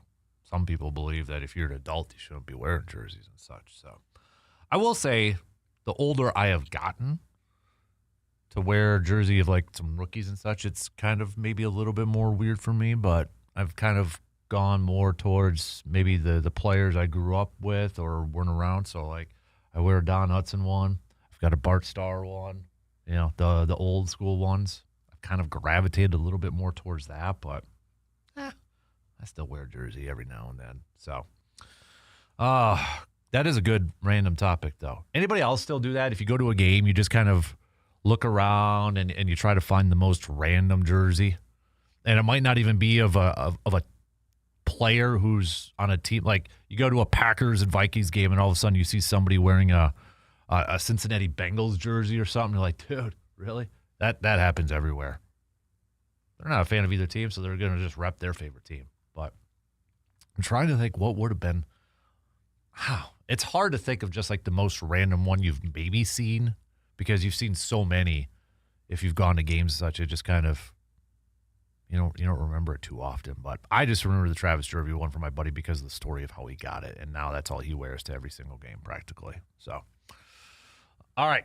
We got to take our final break. Got to play a little catch up here. So we'll do that as we wrap up the second hour, the second quarter. And then we're into halftime. So, all right, quick break. We'll be back, though, in just a couple minutes.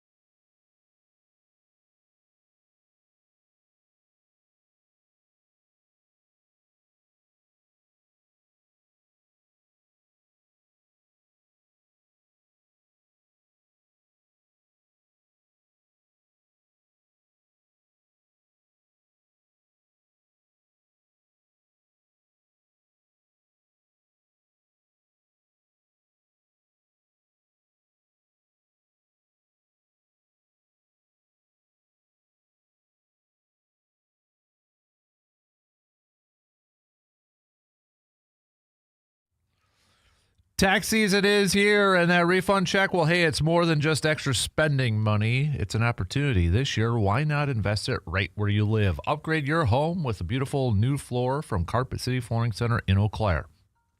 Whether you're dreaming about warm, comfortable carpet, durable luxury vinyl planks, maybe like that rigid max flooring, or maybe some waterproof options, perfect for those busy families, especially with spring and baseball, everything's melting and wet and such. Now is the time to make it happen. Your tax return can go a long way towards transforming the look and feel of your home. And Carpet City Flooring Center, you go there, you'll find that expert guidance, professional installation, and flooring options for every budget. Don't let that refund disappear on little things you won't remember next month. Put it towards something you'll see and enjoy every single day. Stop on in to Carpet City Flooring Center in Eau Claire and turn your tax return into a home upgrade that you will love for years to come. Carpet City Flooring Center. Step in to something better. We got Dave. Dave in Cadott says he's got a Robert Brooks jersey like myself. Aaron Campman. Don Davey. Nice, because I went to high school with him.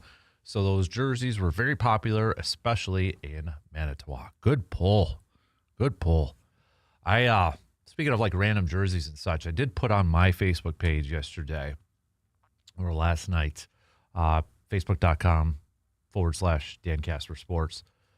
So I'm not ready to publicly say what I got, but I got like a random sports, vintage sports collectible memorabilia item. Don't want to say what it is now. I don't want to jinx it. It's in the mail, so hopefully nothing happens. Not really pricey or anything like that, but it's unique. It's very random. So when I actually have it, I'll tell you what it is in that. But I threw out there like, what is the most unique sports memorabilia item that maybe you have? And a lot of comments on that thread. Brian said he used to have a poster that said I remember these posters, the Legend of Lambeau, that contained over 50 autographs from Packer players from Super Bowl 1, 2, 31, and 45. Sam says, Surveyor Sam says, does a picture of my senior year football team with 2 Division I football players in it count? They just happen to be way younger, like in our manager Water Boys. Nice. Garrett said an autographed picture of Bob Uecker to my father. Brett says real footage of a game from my senior year in high school. Hit a go-ahead 3 with a minute left to beat Fall Creek. Don't believe any other copies of the game were made. Nice. John says I have my dad's fan club jacket of Dale Earnhardt. Gary says he posted a picture. Walter Payton plaque. Said dad gave it. It was his dad's. Gave it to me 3 years ago. Gave it to my son. Hangs up in his room. Denton has a Don Hudson autographed magazine article. Chris says 1969 Mets autographed ball. Chad said 1989. Got to meet most of the Brewers, including Uecker. Got this ball signed personally by 15 of them, including Robin Yount, Teddy, Bob, and more. Most prized possession. Been a Brewers fan for life. Greg has a Ray Nitschke autograph that says, to Greg, hit him hard. Nice. Patrick says a Packer hat with autographs of Gilbert Brown and Santana Dotson. Connie says birthday card for my mom signed by Donnie Anderson and Jim Grabowski. Nice. And then Mike says Ray Nitschke signed a picture too. So what are some more other ones out there? More random ones. Oh, I am jealous of this one. I don't know who this is, but I'm very jealous of you. Vince Lombardi signed check. I have seen those on auctions. Oh, okay. This would probably qualify for a very random thing that I have, because I can't pull a trigger. I can't afford to get like a Vince Lombardi autograph and such.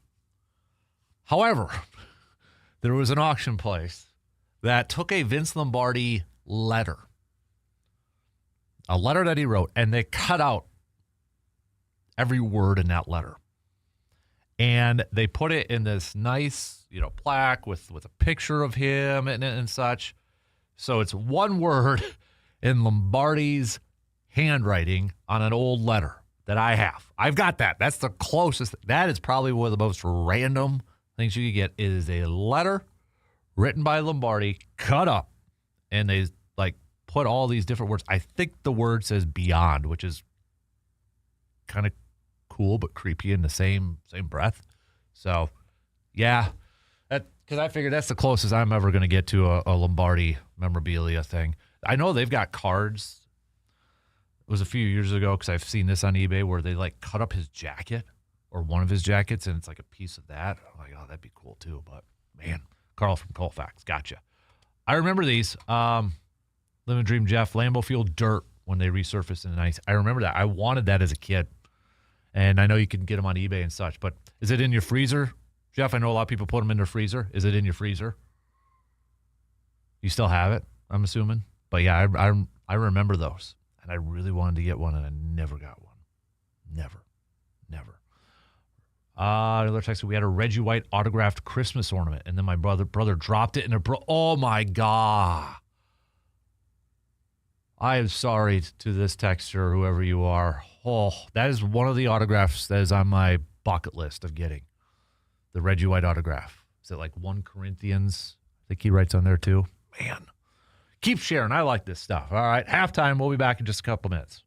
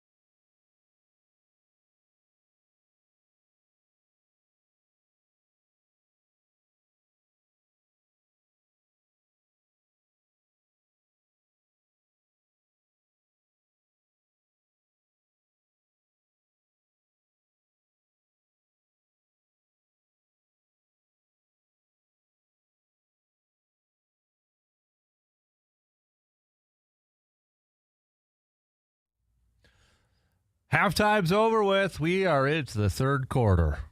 Happy Wednesday, everybody. Thanks for hanging out with us and joining in on the conversation. I've got a good one here. Like most random sports items, random jerseys and such. I love it when we kind of get off track and kind of get into these topics here. We have Zach on the video stream saying, I saw your post last night but didn't think about it till this morning. I have my grandfather's Reggie White jersey. That is cool. Is it a green one? I'm assuming it's a green one, right? Or a white one, perhaps. Also says he has a Brett Favre signed baseball that he got from his dad. So good ones there. I like that. Jeff says it's his field is sitting on the shelf with some other stuff too. So yeah, we've been just kind of, if you're just joining in and such, what's kind of some of the most random sports memorabilia collectible items you have, or a random Packers jersey or random sports jersey that you have? Send them on over. All right. Send them on over. It's kind of our Inside the Hobby segment today. I was going to go a little bit of a different route. Talking a little bit like there's apparently a card that's coming out here soon, like the Ohtani, Aaron Judge logo man card. Remember, if you're in the card class, you probably know the logo man stuff, but they're autographed too, and that's going to be like just bonkers money's wise. But I like this one better. Inside the Hobby segment for Wednesday. What is the most random, and maybe most prized if you want to kind of add that in there too, but most random, most prized sports memorabilia's collectible that you have. Man, I feel for the texter, though, that had a Reggie White autographed Christmas ornament, and then your brother dropped it and broke it into 1,000 pieces. Oh, that is just, oh, man. You know, I've heard of other stories, too, like people having great baseball card collections and kaput. I wish I still had my old school Ninja Turtle toys. I'm sure those are probably worth a lot, but nonetheless, they're gone. So, yeah. If you want, keep sending those on over. 715-830-1912. So, let's, we got some hoops tonight. A lot of hoops tonight. Marquette's in action, taking on Providence. We've got Badger basketball, their final regular season game at the Kohl Center tonight, taking on the Terrapins of Maryland. We've got the Bucks also in action tonight. So Bucks taking on the Atlanta Hawks, a team that they are chasing right now for one of those final playoff spots. The Bucks are still, now I shouldn't say, they're 4 games back. 4 games back from the Hawks for that final playoff spot. Hornets in Atlanta tied 31-31. Right now, Atlanta is slated in that 10th spot. Milwaukee 4 games behind them right now. This is a pivotal game for the Bucks. I know we got a little over a quarter left of this regular season, but this is pivotal, man. When you're chasing a team like Atlanta or Charlotte and you're facing them, you have got to win that game. That is the quickest, easiest way for you to make up that ground. Winning that game. You have to win tonight. Pivotal. And Hawks are playing well. They've won their last 4 in a row. Hornets are playing really well too. They've won 5 in a row. While the Bucks are on a 3-game losing streak. If you don't win tonight, I'm not ready to say that they're completely out of the postseason and that, but you've got to win tonight. This is a big game tonight. And I'm sorry, but the rest of these games probably could be the same way. But given that Atlanta's the team right now that is right in front of you, you got to get tonight's game. You have to. Because after that, it's not a awful schedule by any means. And I think starting tonight, if you're going to make up some ground and you're going to try to get back into this thing, it's got to start tonight. Atlanta, Utah on Saturday, Orlando on Sunday, Phoenix on Tuesday, all on your home court yet. Then you hit the road to take on Miami, Atlanta again, and then Indiana next Sunday. Was that 7 games? I think at bare minimum you have to go 4-2. Ideally, I would say 5-1 or That's 6 games, so it'd have to be 5-2. Ideally, I'd like 6-1. It's 7 games, right? 1, 2, 3, 4, 5, 6. Yeah, 7 games. But bare minimum, I think you got to go 5-2, and you've got 2 games with Atlanta within these 5 games or 7 games. You got to win those. That's the easiest way to make up that ground, and you got to beat Utah. You just have to. You got to beat Indiana.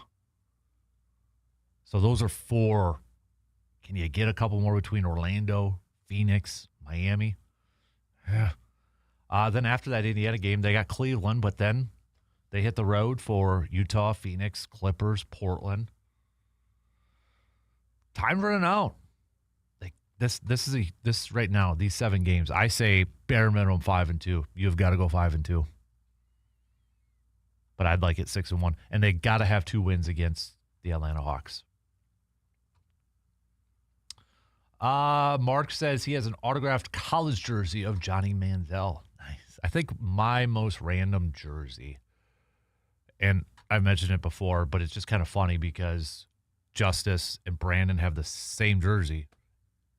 Don't know how that planned out because we didn't coordinate this because I got mine a year after he was drafted, Ryan Leaf. We all have Ryan Leaf Chargers jerseys for whatever reason. I remember still when I got mine. It was, I don't know if it's still called this.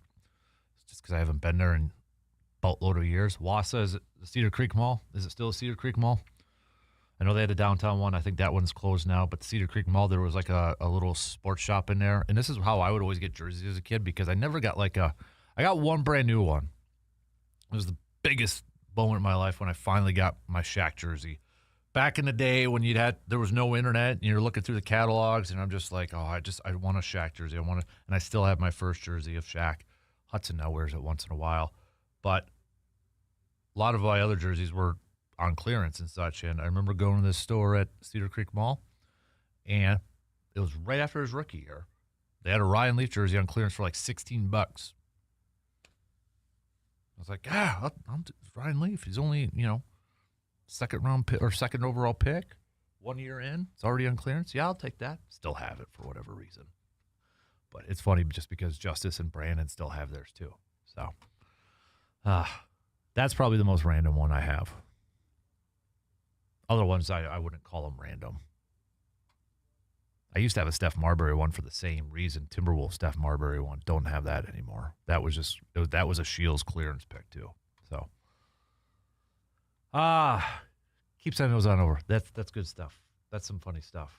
I like it. So yep, green one too. Is it, Zach, for that Reggie White one, is it short sleeve or is it a little bit like the quarter, 3/4, a little bit of a long sleeve? You know what I mean? Like, because there's different. You don't have to answer that if you don't want to. I'm kind of a weird person like that. It's like for my Bart Starr jersey, for me, it can't be the short sleeve. That's not what they wore. They wore like, I wanted the 3/4 kind of baseball sleeve length on mine. So,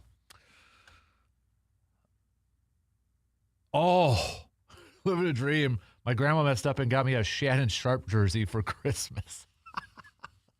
I'm sorry, but that's kind of funny. That's kind of funny.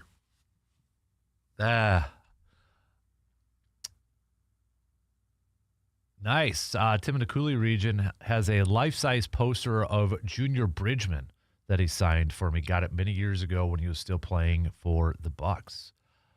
I remember, not to compare it, again, when I was a kid, there was a Little Caesars in Kmart in Medford, and at that time there was life-size posters of NBA players.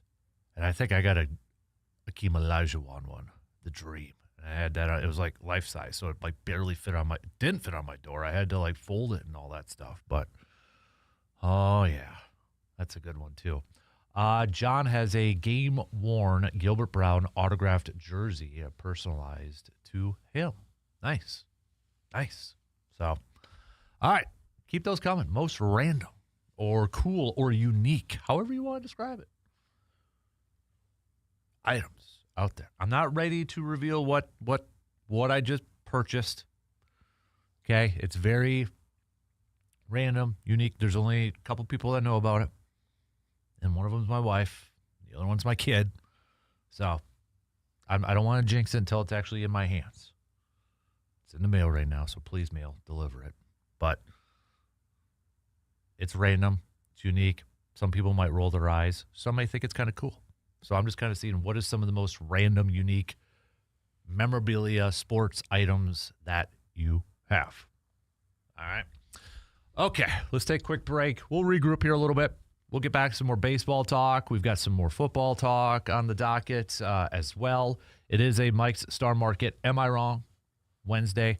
Mine was, am I wrong for being way too excited for the World Baseball Classic? Am I just getting my, I don't want to say hopes up, but I don't know. I'm just really looking forward to this. And maybe I'm setting too high of an expectation for this thing. I don't know. But what are your am I wrongs? Send those on over. We'll take a quick break. Back with plenty more and hopefully some more of your texts and messages about your random jerseys or unique collectibles. All right. We'll be right back in just a couple minutes.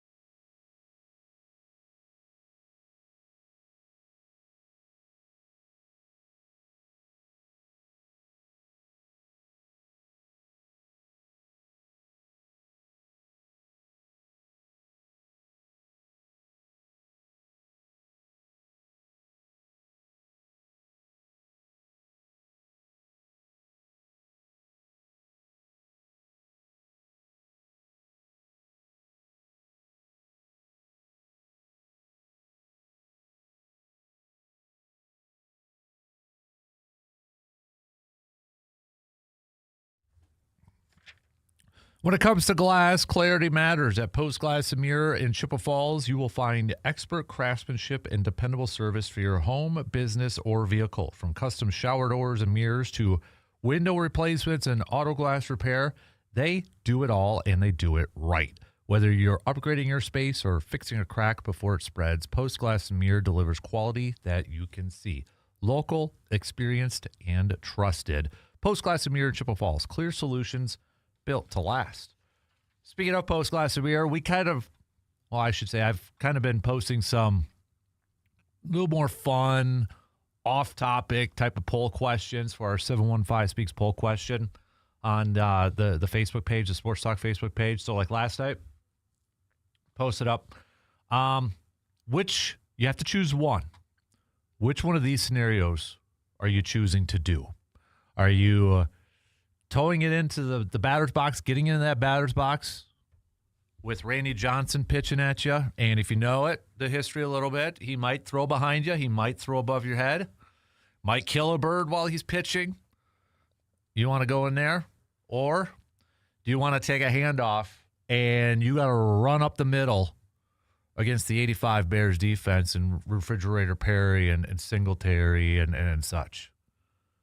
Right now, 74% of you are saying, I'd rather go into that batter's box and face Randy Johnson. So, you can go over and make those picks on our Facebook page. So, a couple of people. We got a fellow Medford person texted. Please, Mike from Medford. Don't know who you are, but please tell me you're living in Medford right now and you're listening. Are you legit listening in Medford right now, Mike from Medford? He says, hi, Dad. Favorite unique sports card collection is I have most of the Michael Jordan baseball cards back when he took the year off to play baseball. Some cool-looking cards of the GOAT playing baseball. Enjoy the show. Thanks. Thanks for that. Dude, you're listening while you're in Medford right now, too? Awesome. Shout out to the hometown. I'd still love to do a show from Medford one of these days. I just don't know where or who would host us, who would be open at like 6 in the morning and let us do a show 6A to 10A. So, thanks, Mike. That's awesome. And that's a really cool collection of almost all of the Jordan baseball. I think I only have maybe one or two, but that is a very unique one. You don't hear about that too often. I don't think I've ever heard that before. Thank you for sharing that. So Brad Bloomer with the text says, I used to work at Dave Koch Sports in Stevens Point Mall, so I've had a ton of great jerseys over the years. But my favorite that I still have, Mike Allstott, nice, make fullbacks great again. Junior Seau, nice. Shannon Sharp, the Orange Crush. Kevin Green, which Kevin Green? Steelers, Rams, Panthers, 49ers. Personal favorite, Ross Verba. There is a random one. Is that Verba wore 78, right? I think it was 78. So that's a cool one. That is a cool one, too. Keep sending these on over, peeps. I love this. This is awesome. Hit us up, 715-830-1912. All right, so yesterday in the NFL world, it was the deadline for tags, transition tags, franchise tags, being the big one and such. And we also got some news about who's going to be released and such. So the Cardinals they're going to be cutting Kyler Murray.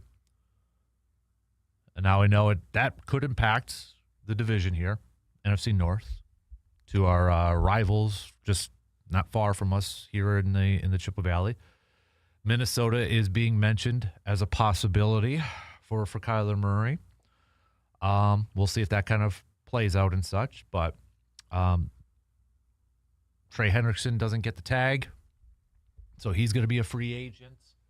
So Hall from the Jets, running back, he got the tag. But it kind of paints the little bit more of a clear picture of who's going to be available in free agency. Now, there's still some players who haven't officially been released yet, and they will be coming up here. I mean, you got a potential couple of options with Green Bay right now with Rashawn Gary and Elton Jenkins. So those are going to be options as well. that are going to be on the free agent market. And I was kind of curious where Greg Rosenthal from NFL.com had Kyler Murray, because he has Malik Willis as his number one available free agent. Whereas if we go to ESPN, and is it, where's the top 100 list? I wanted to bring it up because I think it was here we go. Yeah, it was Matt Bowen. He's got his top 100. Malik is not his top. In fact, he's got Rasheed Walker as the highest rated Packer and 5th overall. 5th overall free agent. Quay Walker is number 10. Malik shows up number 14. So a little bit of a difference there, but Greg Rosenthal still has Malik Willis as number 1. Kyler Murray is at number 4. So I don't know if I want to ask this because we might be a little biased towards Malik Willis and such, but Kurt Warner had a interesting take on Malik Willis yesterday. He let me bring up the tweet that he threw out there yesterday. Took a break from draft prep to dive into Malik Willis tape over the last couple of years, being that he is one of the hottest names as we head into free agency. My conclusion is that there is really only 28 dropbacks. I took out screens, quick pick and stick throws at 5 yards, and quick scrambles over the last 2 years that will determine his future. That is crazy to think about if we are talking $25 to $30 million a year. Study ball coming so you can come up with your own opinions and assessments. So that's from Kurt Warner. From what he looked at the last 2 years with Malik Willis with the Packers, he feels like there's really only 28 dropbacks. If you take away the screens and the short throws and the scrambles, 28 dropbacks to assess whether Malik Willis is going to get a 25, worthy of a $25 to $30 million deal. Is that fair? I think there's some valid points. I think that's fair. I also feel like if you do sign Malik Willis, you make that commitment. Whatever team that is. You're not signing him just to be a straight-up drop-back quarterback. You have to employ some of those scrambles. You have to know that, okay, this is where he is most successful. Being on the move, incorporating some of those scrambles, those runs, those quicker throws and such. If you're going to make that investment into a player like Malik Willis, you have to build around him then, and you have to build your offense suited around what he does best. And I feel like there's so many players, especially at the quarterback position, they get into these situations where whether it's ego or whatever the case may be, but you get into these situations with teams and coaching staffs that try to make them do things that they're not very good at, or it doesn't fit their style of play the best. If you are going to sign Malik Willis and your game plan is, all right, Malik, we're not going to have you run as much. In fact, we're not going to have you run hardly at all unless you have to scramble because of the pressure. No design runs, nothing like that. And we don't want you to run.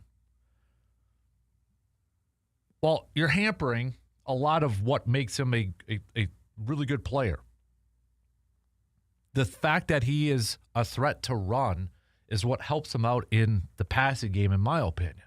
Because if you're an opposing defense and you're preparing for Malik Willis, you have to factor in his running ability. You have to factor in, you have to be cognizant of that. You're going to have a spy on him. And that's going to open up those plays. I think what was impressive mostly from Malik Willis and some of those limited deep throws, guy has an arm. He can spin it. And the fact that you have to be aware of him, busting off a big play with his feet makes him more dangerous in that passing game. You might have to bring extra defenders in the box to play a little spy on him, but then if he gets outside the pocket, does that draw the attention of a corner for just that split second? That receiver breaks free, and then boom, you got the big pass down the field. We see that a few times when he was playing for Green Bay. And I think Kyler Murray can kind of be that same type of quarterback. But I'm going to be curious to see. And the thing is, too, with Kyler Murray, all right, you're a team that needs a quarterback. You might get Kyler Murray cheaper. You might get Kyler Murray at a better deal because of the Cardinals releasing him. He's still getting paid and such. So a team might just look at that as an option. If they're looking at Malik Willis and now Kyler Murray's available, and they're like, okay, do we want to spend $25 to $30 million a year for Malik Willis? Or do we save quite a bit of money and kick the tires on Kyler Murray? Take away your personal feelings or your fanism towards Malik Willis. If you were presented those two scenarios, say you're the Jets, say you're the Dolphins, or whoever, and you need a quarterback, and you're going to be in the market for a quarterback, do you go Malik Willis based off the 2 years, and let's kind of take into consideration what maybe Kurt Warner said? You're going to have to probably pay him $25 to $30 a year. Or do you go Kyler Murray? Maybe it's just a one-year deal, like a Sam Darnold to the Vikings. But it's probably going to be cheaper. Maybe kind of on a prove-it deal. But he's getting paid still a lot of money from the other team. Which way would you go? Especially when you factor in, you look at the draft this year with a lack of top-tier quarterbacks available. Maybe you're a team like, hey, let's just bring in that veteran now for a 1 year, and then maybe we revisit quarterback again next year. Or we draft a quarterback this year. Maybe it is a Ty Simpson. Maybe it's the Jets, and they bring in Malik, or they bring in a Kyler Murray for 1 year, but they draft Ty Simpson. I feel like Malik is in a better situation to get a longer-term deal, maybe like a 3-year type of deal like Sam Darnold got in Seattle, whereas Kyler's might just get the 1 year. Which route would you go? Rod from Eau Claire, back in the 60s and 70s, Max McGee and Fuzzy Thurston had a restaurant in Eau Claire called The Left Guard, Left End. I did not know that. They gave up posters with their pictures and printed signatures one night. My dad brought home one with actual autographs from them as they were in town. It has a third autograph, I believe, is Paul Hornung. Oh, to have sat at that table. You're not kidding, man. Whereabouts was that restaurant? Do you know, Rod? Like, whereabouts? I did not know that. I did not know that. All right. We'll take a quick break. Keep sharing these stories. That's awesome. That's good stuff. All right. We'll be back in just a few minutes.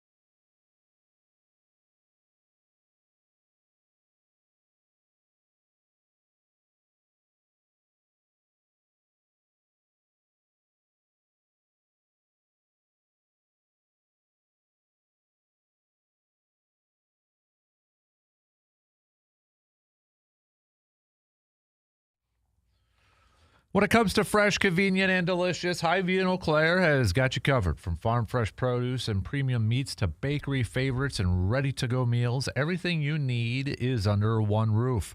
Planning dinner tonight, grabbing lunch on the run, stocking up for the week, Hy-Vee makes it easy. A store that feels like your neighborhood market, just a little bit bigger. Plus, with daily and weekly deals and seasonal specials, there's always something new to discover. Hy-Vee in Eau Claire, where there is a helpful smile in every aisle. Rod says, I think it was also the Midway Motor Lodge. Hendrickson Drive, ? Okay. I know where, yeah. Hendrickson Drive over in that area. Okay. Maybe I'll see if Luke knows anything about that. He's kind of the Eau Claire history person here. I'll have to ask him. So that's a cool one. I was actually Googling that during the break, trying to find out some info, and ended up finding some other info of their other locations and such too. So, yeah. See, now we're really getting into my I love when we talk about a little history and it relates to sports and such. Oh yeah, now we're in my wheelhouse, man. So keep those coming. Your most unique sports collectible item, the most random jersey that you have, all those. Continue to send all those over to me. Hit me up, 715-830-1912. Zach says, yes, it was a long sleeve one. Sleeves are longer than a jersey for the red, white one. Okay, now, yeah, that's a solid pull there, Zach. Nice. I like it. So, Brewers yesterday. Let's get back to a little baseball talk that we had in the first hour. Brewers take it on Great Britain. Team Great Britain yesterday ahead of the World Baseball Classic, getting some work in. DL Hall, Brewer, was got the start for Team Great Britain. Pitched 3 innings, was solid in that game. Great Britain got the win 7-3. But from a Brewers standpoint, we got to see the Mizz pitch for the first time this spring. He pitched 38 pitches against Great Britain. Did apparently 10 more pitches in the bullpen after that. He hit 99.9 miles per hour with his fastball. So, but also we had Harrison making his, I guess, Brewers debut in spring training. The newcomer coming over from Boston in the Caleb Durbin trade. And he went 3 innings yesterday for the Brewers, giving up just 2 hits, no earned runs, 1 walk, 2 Ks. By the way, Mizorowski in his 2 innings of work, 1 earned run, 2 hits, but he also struck out 5. So there you have it.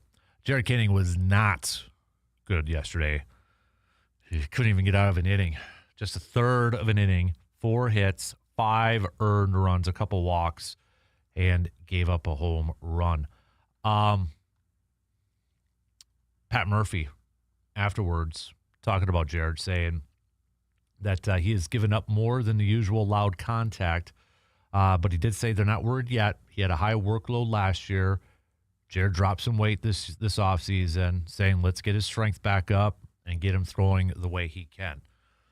But Pat Murphy overall was not happy with how his team played yesterday. This is a quote from Pat Murphy after the game. If today was a real baseball game, you'd have to say this performance was piss poor. That's the best adjective I can use for it. If this was a real game. If this was the type of effort, the type of execution, you'd have to say piss poor on both ends, offensively and defensively. But we'll get that squared away, and we'll get back to playing our type of baseball.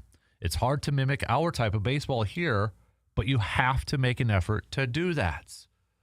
And then when he was talking about, he did give credit to Great Britain for how they played, saying they played great, they made contact, and they played as a team.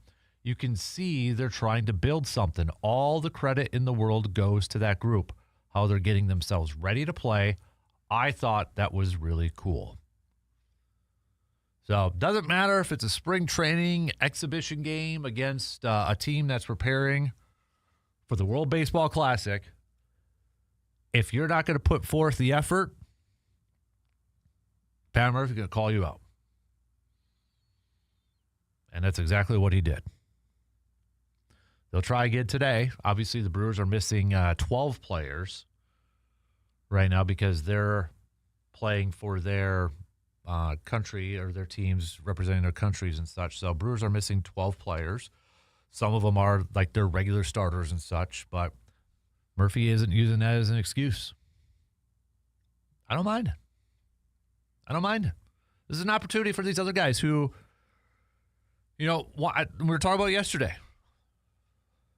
With 12 guys missing because they're playing in the World Baseball Classic, these other guys are getting more of an opportunity, a bigger chance. Go out there and take it and use it. Take advantage of this thing. Go out there and showcase why you belong, maybe at the Major League, AAA, AA, what promotion, whatever. Showcase it. Use this time wisely. And if you're going to go out there and not give a ton of effort, you're just doing a disservice to yourself. If you're one of these minor league guys, minor league players, or maybe a player who's just trying to fight for a job and you were one of them, not showcasing a lot of effort or not dialed in, you're ruining an opportunity. You're wasting a chance.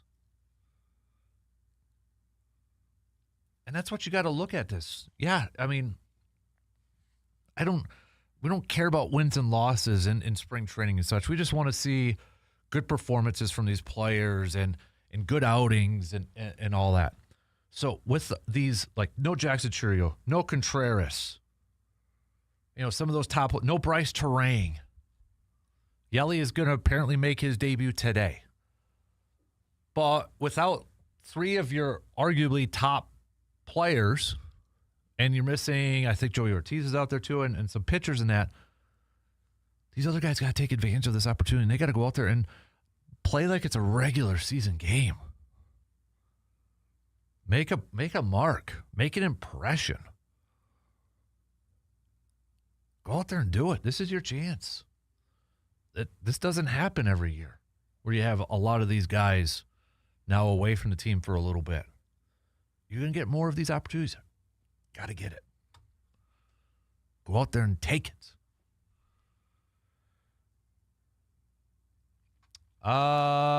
Colin, I had a handwritten letter sent to me at school from Mike Sherman. Who had the Fall Creek tape and what was it from? It's on my Facebook page, Colin, so you'd have to go and look on there. Facebook.com/Dan Kasper Sports. Smuck. I've got a Narvison jersey. Will be obscure shortly if it's not already. He's married to my wife's cousin's daughter. Huh. Chris Narvison. Nice. So, all right.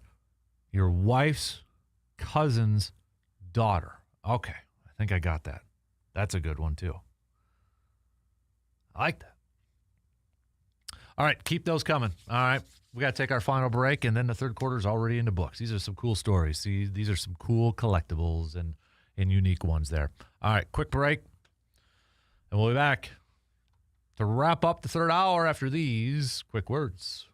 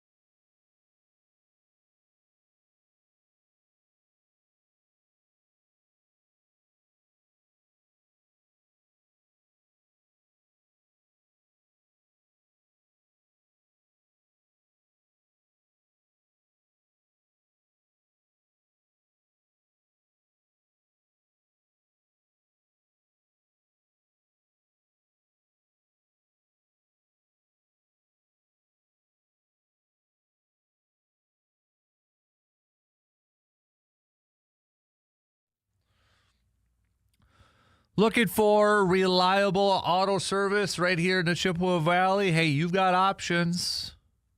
Got a couple of them right here in Eau Claire, and they're both AJM Automotive with 2 convenient locations right here in Eau Claire. AJM Automotive makes it simple to get the care that your vehicle deserves. Whether it's routine maintenance, brake work, engine repairs, or maybe you need some new tires. They got you covered. Friendly experts, honest advice, quality service that gets you back on the road safely. For more details, hours, services, head to their website, ajmautomotiveservices.com. Check out their Facebook page as well. Look them up, AJM Automotive. And their new location on Bellinger Street. Looks like they're also open on Saturdays just to make it easier for you because we all got busy schedules, right? Sometimes it's hard during the week, during the workday to get your car fixed up. So AJM Automotive is making it simple for you, easier for you. So don't forget their OG location, the original location as well, 1919 Brackett Avenue in Eau Claire. Steve says, if my memory serves me correctly, the left guard used to be where Holiday / Burger King now is in Lake Hallie near Farm and Fleet. Okay. All right. That's a little different than Hendrickson Drive, but okay. Thanks for the input, Steve. Appreciate that, man. So, man, that I would love to see an old school picture of that. I would love to see. I went one time to Fuzzy's outside of Green Bay to pick up tickets for a game. I think it was actually the NFC Championship game tickets from the 08 one. I think it was that game when I went Fuzzy's and I picked up tickets from there at his place. It was that, what's that? Oh, what's the exits right before Lambeau? I'm blanking right now what that exit. I could picture it, but I just a little fuzzy there. But yeah, was that his bar there one time, but that was it. That's a good. I like. All right, if it was, I should probably Google that. They've got like those Facebook pages like Old Town Eau Claire and such. You'd think there's some photos of that lying around somewhere, but keep those coming. All right, you got a unique collectible, unique item, random jersey you want to share with the rest of us? Send them on over. We got another hour here. This is the fun stuff. So, okay, coming up next hour, we'll get back some Hoops Chat. Badgers back in action tonight. Just 2 more games left to go in the regular season. Don't lose to Maryland. Do not lose to the Terrapins tonight, Badgers. You can't. You are a team. I'm sorry, but you can't afford to overlook anybody. You can't. Just, no. You've already proven you can't afford to overlook anybody. Last week you lost to Oregon. All right, they're the second worst team in the conference in terms of records. Maryland's third. Don't. Just don't. So, this was an interesting question. Somebody said, do you think Kyler Murray regrets not sticking with baseball now? Honestly, I kind of thought about that yesterday when that news dropped. I don't know. Because he would have been with the A's. Maybe he'd be with a different team by now. I don't know. I honestly don't know. That's a what if. What if Kyler Murray stayed in baseball, stayed and never went into the draft? I mean, you're the number 1 overall pick. That's a lot of guaranteed money right away. You're in the pros right away. Minor league baseball, kind of have to work up. Might have to wait a couple years, few years and such. But I honestly don't know. I don't know if – I know somebody – I think I saw it on social media. Would he revisit maybe looking back there? I don't know. Possibly. I think he's still got it. I think Kyler Murray, if you get him in the right system and he could just stay healthy, I think he could still be a very solid quarterback. But we'll see. I will say if he does go to Minnesota, yeah, as a Packers fan, I'd be a little bit nervous. Because you got him, JJ, Hawkinson, JJ as in Justin Jefferson, I guess we got to be a little bit more clear now when we say JJ because of JJ McCarthy. But I mean, those are some good athletes. They get a decent, maybe running back, speedy running back and such. Whew. Yikes. Although, if I could redo my quarterback picks, I could see Kyler with the Jets, pairing up with Garrett Wilson, Breece Hall. Just give him some offensive line protection up there. Maybe that'd be that 1-year thing, bring him over, and then they kind of go with the Ty Simpson route, draft him. Maybe Kyler works out and they want to keep him around a little bit longer. It's going to be, next week, when this thing opens up, when the offseason, when free agency opens up, I can't wait to see how these quarterback dominoes fall. Where Malik goes. I'm really going to be interested, too, like the Malik and Kyler comparison. Comparison is the right word. Just kind of seeing what contract Malik gets and what team he goes to. And the same thing with Kyler. Does he get it? Is it going to be cheaper to sign Kyler because, he's got money already from Arizona and such? Is it a 1-year, short-term type of deal in that? But where are those two? That to me is going to be interesting to kind of compare those two in those situations. Kyler, we got a little bit more of a sample size, right? Malik is obviously cashing in on a couple really good years and some really good plays with the Packers. Both are risks. Which one would you say is a bigger risk? Is it Malik or is it Kyler? Honestly, I think the bigger risk might be just a little bit more Malik. But hey, if you put him in that right system, he obviously knows he can succeed in it. That's exactly what LaFleur and that's exactly what the Packers did. Just don't ask him to do things he's not good at. Build around him. Build around the talent that he gives you. He's a good runner. You're going to have to incorporate that within your offense. You're going to have to if you want to get the most out of him. All right, shot clock's going to cut me off, and then we're going to be into the final quarter already. Believe it or not, we're already flying on through here. So keep those picks coming, though. All right, for your most unique, random, collectible, most random jersey that you have. And then your Mike's at Star Market, Am I Wrongs? Last call for that, too, in the final hour. 3 quarters in, we got one more to go. News updates. We'll be back in just a couple minutes.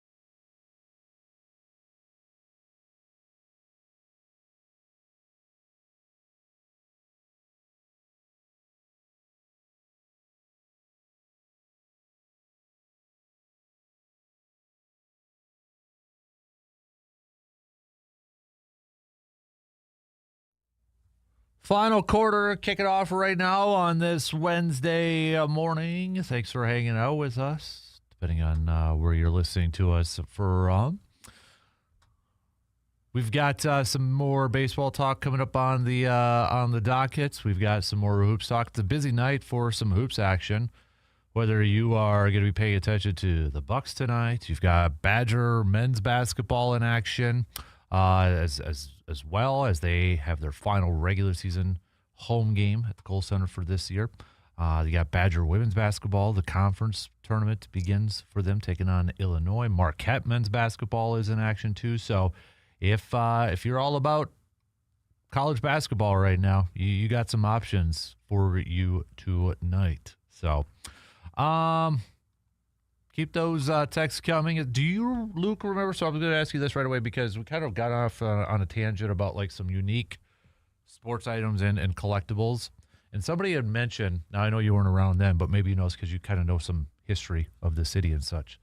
The left end restaurant that was owned by Fuzzy Thurston. I've heard of it, I think. Okay.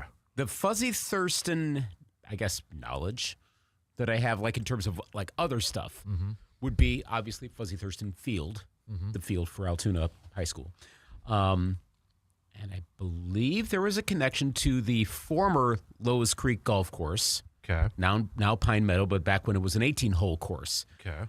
My recollection, because that's a block and a half from where I not grew up, but where I spent like my teenage years, essentially, 80s into the 90s. So I would just walk up there, and there was I remember there was a Fuzzy Thurston thing. There's that.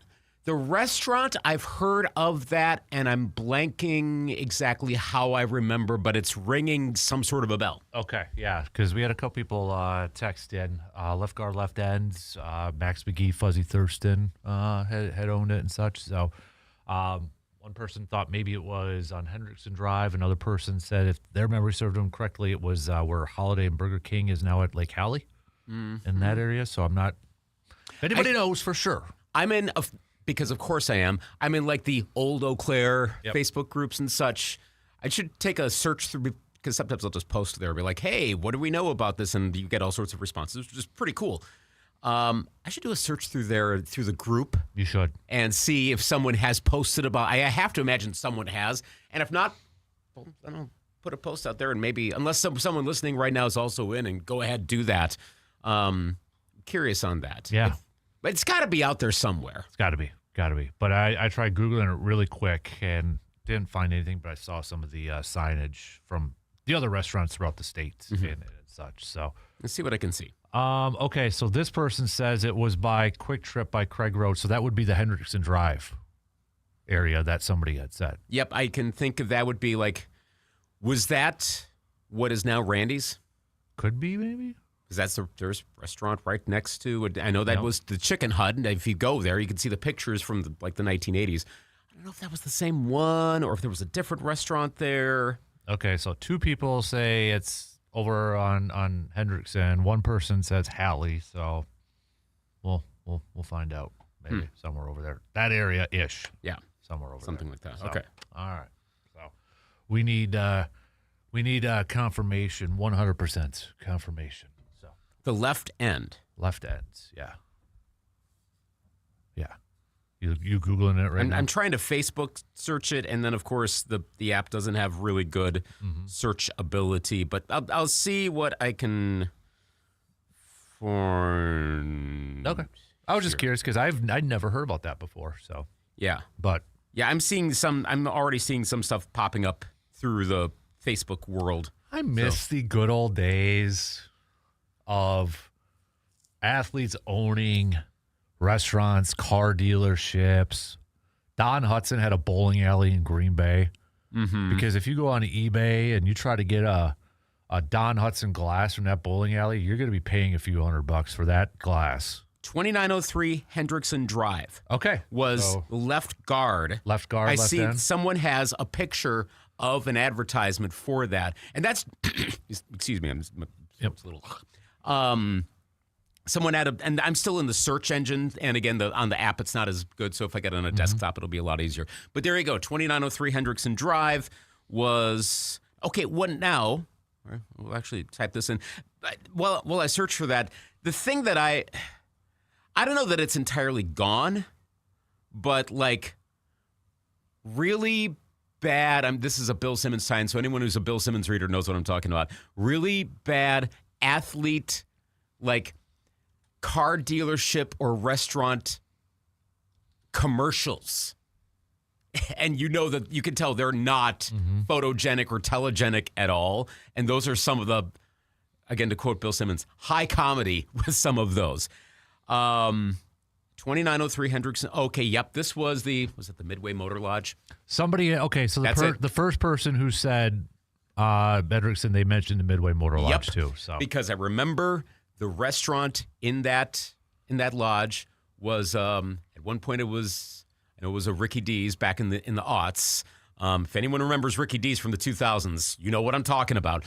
But there was a restaurant there. I'll bet that's the one before they tore it down and built up the student housing apartments that are there right now. So Rod, you got it right, man. You were right. Dang. He said he thought it was all. He was the one who said he's got a poster of those signatures, and he said I think it was the left. It was also the Midway Motor Lodge, Hendrickson Drive. Thank you for the sleuthing. I love this. Thank you. Yeah, but no, it's random too because on Netflix, Hudson's been watching King of Collectibles, which is Golden Auction, sports memorabilia and such, and he's catching up on episodes and bring it up because Karl Malone has a car dealership.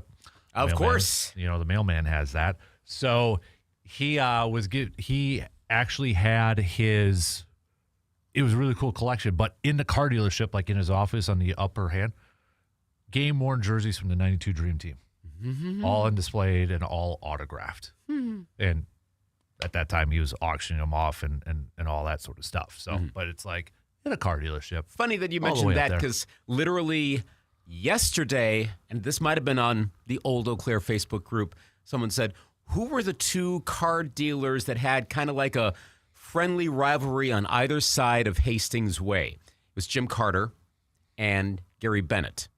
This would have been before most of our times, like I was alive when it was, but I was too young to know. But Jim Carter Ford, of course, Jim Carter, former Packer, former Gopher, created quite the successful car dealership in his second part of his life. But he was, where was the dealership? I don't remember the exact, I drive it all the time, but it's between Fairfax and Hastings Way, but it's like a block removed, I think was about around there. Cause I remember there's a TV ad where you could see that. And then Gary Bennett was where just beyond Kentucky Fried Chicken, then you go down and there's like car dealership area right there. Gary Bennett, no football connection there. He got in trouble for turning back odometers. Oh, okay. That was like a thing back then. There was a controversy. I remember hearing about that and like all the comments like, yep, that happened. But they had a back and forth, like I guess a good back and forth. And Jim Carter, of course, was the former Packer. And that was the thing around here. Like we had a fairly well-known Green Bay Packer who had a dealership right here in Eau Claire. And of course that evolved down to, I think that's, correct me if I'm wrong in my lineage, that eventually has evolved into the current Eau Claire Ford. I think that's how that went. Correct me if I'm wrong in this, but that's how that evolved. So we've had that around here in the area. It's kind of cool that all that we used to have, and we don't really have that nowadays. No. But I think it's just a matter of athletes get into different things as they go along. Like it used to be restaurant ownership or car dealerships. For a while, maybe 2 decades ago, it was like studios was the thing. Yeah. I don't really know what it is now. And you could say like Giannis and prediction markets. Well, or gummies. Well, yeah. I mean, that's probably a little more broader based with Giannis. I think that might be a. Yeah, I think right now it's like the production companies. You're right, because like Steph Curry, movie GOAT. He's a producer. LeBron James, Kobe Bryant won an Academy for crying out loud. All those. But yeah, because even like Jerry Kramer owned like a bow shop, I think, back in the day. But yeah, I was looking up Don Hudson's Packer Palladium glasses. Like, I wish I had $500 for just a 3.5-inch bar glass. Yeah. To get one of those. Yeah. That would be cool. That would have been neat. Yeah. But yeah, it was definitely a Just go to, hey, I'm gonna go play a game of bowling, and then Don Hudson's sitting at the bar. Crying out loud. Can you imagine? Like, that would have been like your dream come true. Mm-hmm. That would have been awesome. Of all former athletes who you never ever got to meet, is Don Hudson number one? Who's not alive, where you cannot meet them now? Can we expand to sports people? Yeah. Or just athletes? Sports people. It'd be Hudson and Lombardi. Yeah, that makes sense. I mean, because you got the Lombardi picture of him at the cafe too. Just like, I walk in and there's like a mom and pop cafe, and Lombardi's sitting at the bar or the counter and having breakfast or something like that. Yeah, because you're not going to see that today. So. Correct me if I'm wrong. From when Pride still mattered, Lombardi was getting into that sort of stuff as well, right? Yes. Yeah, some Just like trying to remember, investing stuff like down in Milwaukee I think it was like an apartment complex or something like that. But yeah, a lot of business stuff so afterwards. We probably would have seen more of that had he survived, let's say, another 20, 25 years after that. And let's say he coaches Washington for another, maybe 3 more years, that he's probably wraps it up at a certain point. Mm-hmm. He would have had to have had come to Vince Lombardi Dodge in Schwabenot, or there would have been something like that. Mm-hmm. Yeah. No, I agree. Good stuff. All right, let's take a quick break. Back with plenty more, though, coming up after these few words.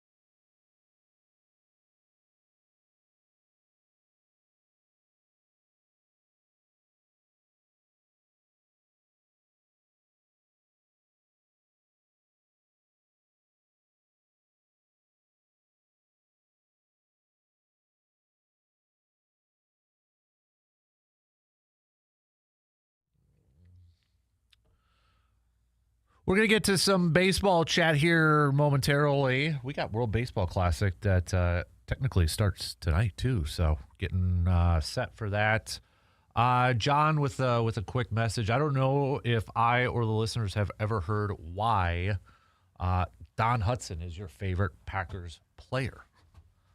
Yeah, do tell. I mean, we that's a good point. We've kind of gotten, how do I put it? Like, we keep mentioning it and talking about how awesome, blah, blah, blah, blah, And blah. my kid's named after him.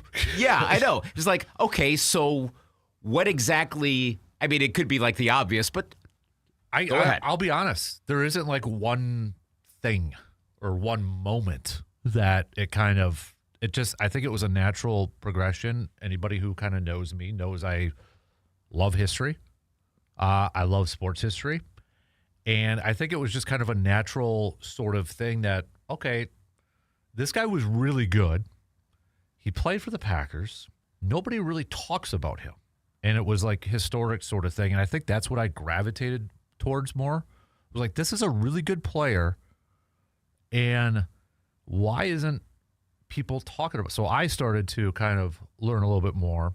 And there's two things that stand out to me from my early fanism of Don Hudson.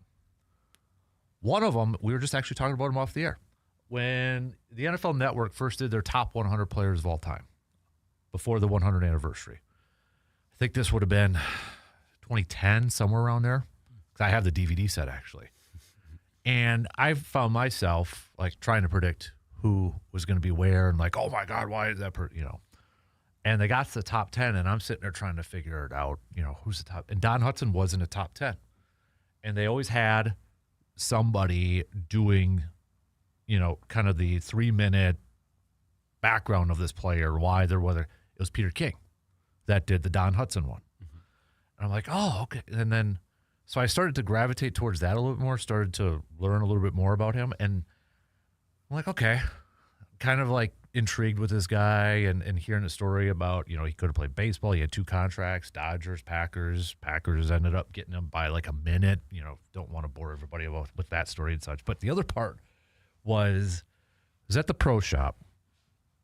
And I don't know why they had them, but they had these player tees printed for every Packer player that was in the Hall of Fame or Packer person in the Hall of Fame.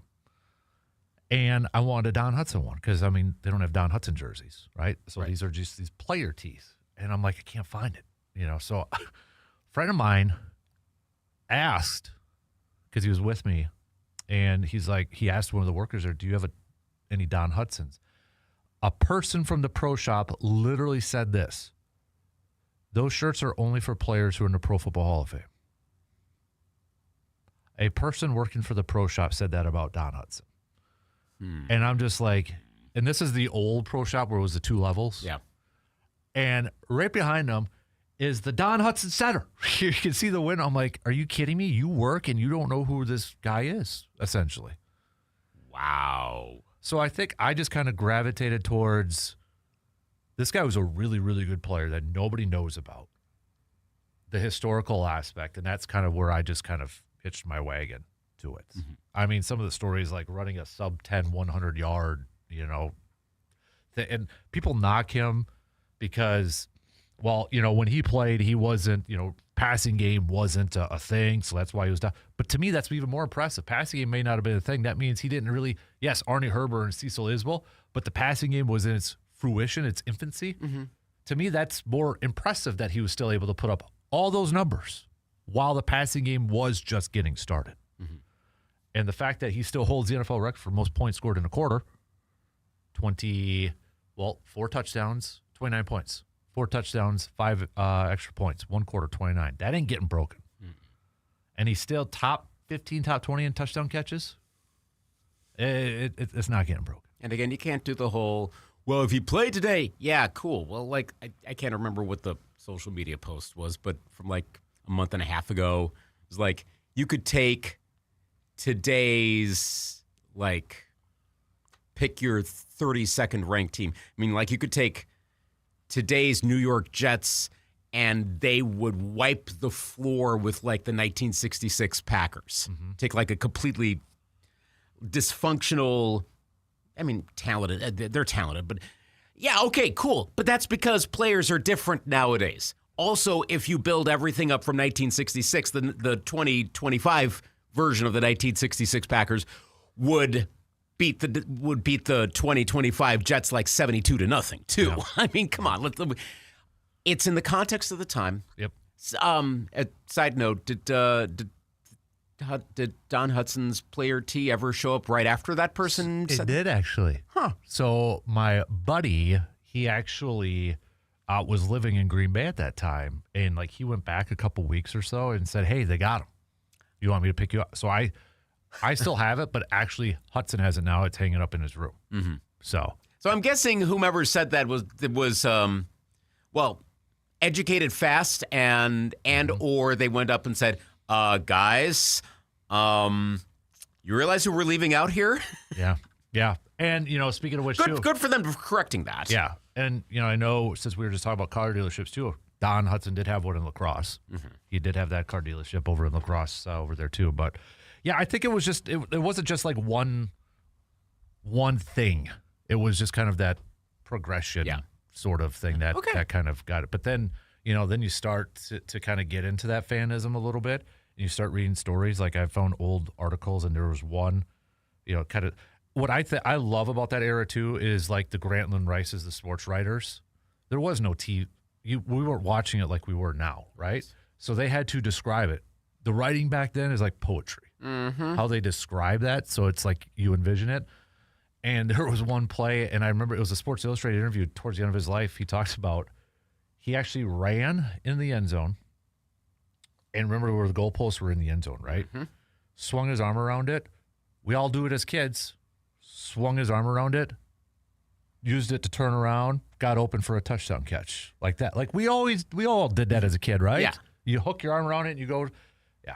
And then, he was like modern, like of all these pass patterns, he was like one of the first ones to modernize that. So that's kind of where it just transitioned into that. So. Okay, good.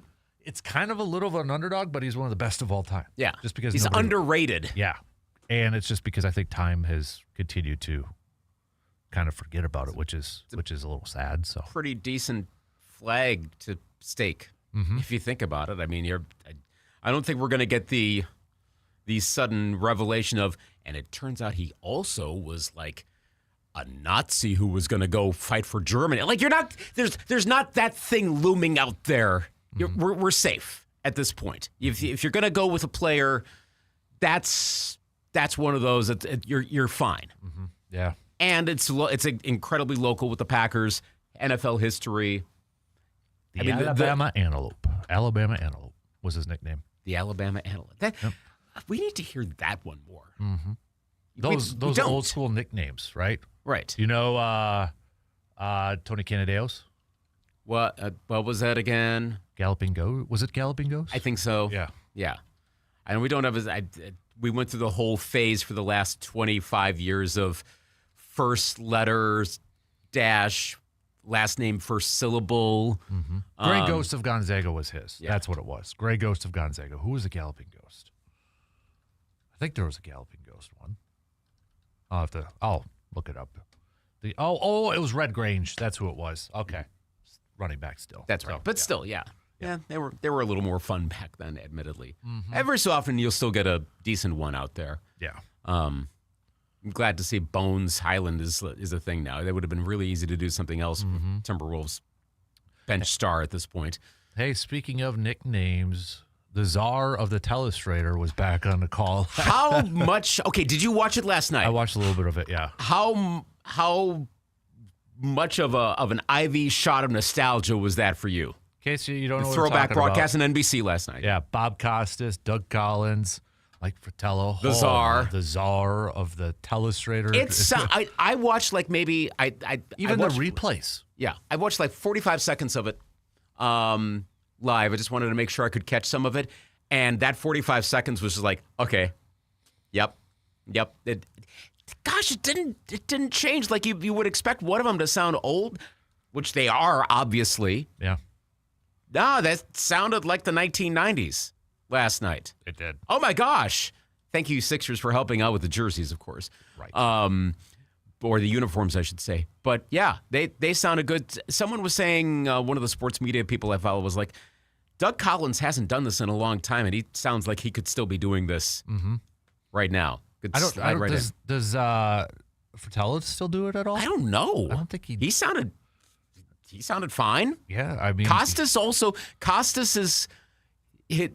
You could start to hear the age in his voice when he does general stuff. Costas sounded good. I mean, sure, if you did like an exact back and forth between this and like 1996, sure, you're going to hear differences. But broadly speaking, this didn't sound like, wow, you got the old guys out and no. That sounded good. Yeah.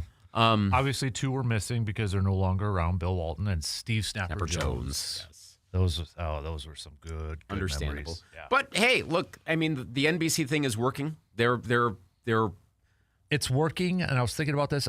It's making me want to like NBA basketball again. But then something stupid happens, or the game stinks. Well, I mean, there's issues with the game too. But it's like sucking me in, and then something's like, nope, I can't. At least NBC seems to have figured a way to make the presentation better. They can't fix the game. Not fix the game. The game doesn't have to fundamentally be fixed, but there are issues with it. You can't do that as a broadcaster, obviously. Transition threes are going to be transition threes, 5-minute replays, and the last 2 minutes that take a half hour. That has nothing to do with a broadcaster. ESPN, as much as ESPN has taken flack for how they approach it, and not everything. I mean, Mike Breen's awesome. There's certain aspects that are really good. ESPN can't affect that. NBC can't affect that. Prime Video can't affect that. But NBC's done a good job of doing a lot of the other stuff. Okay, they've taken care of that. Good.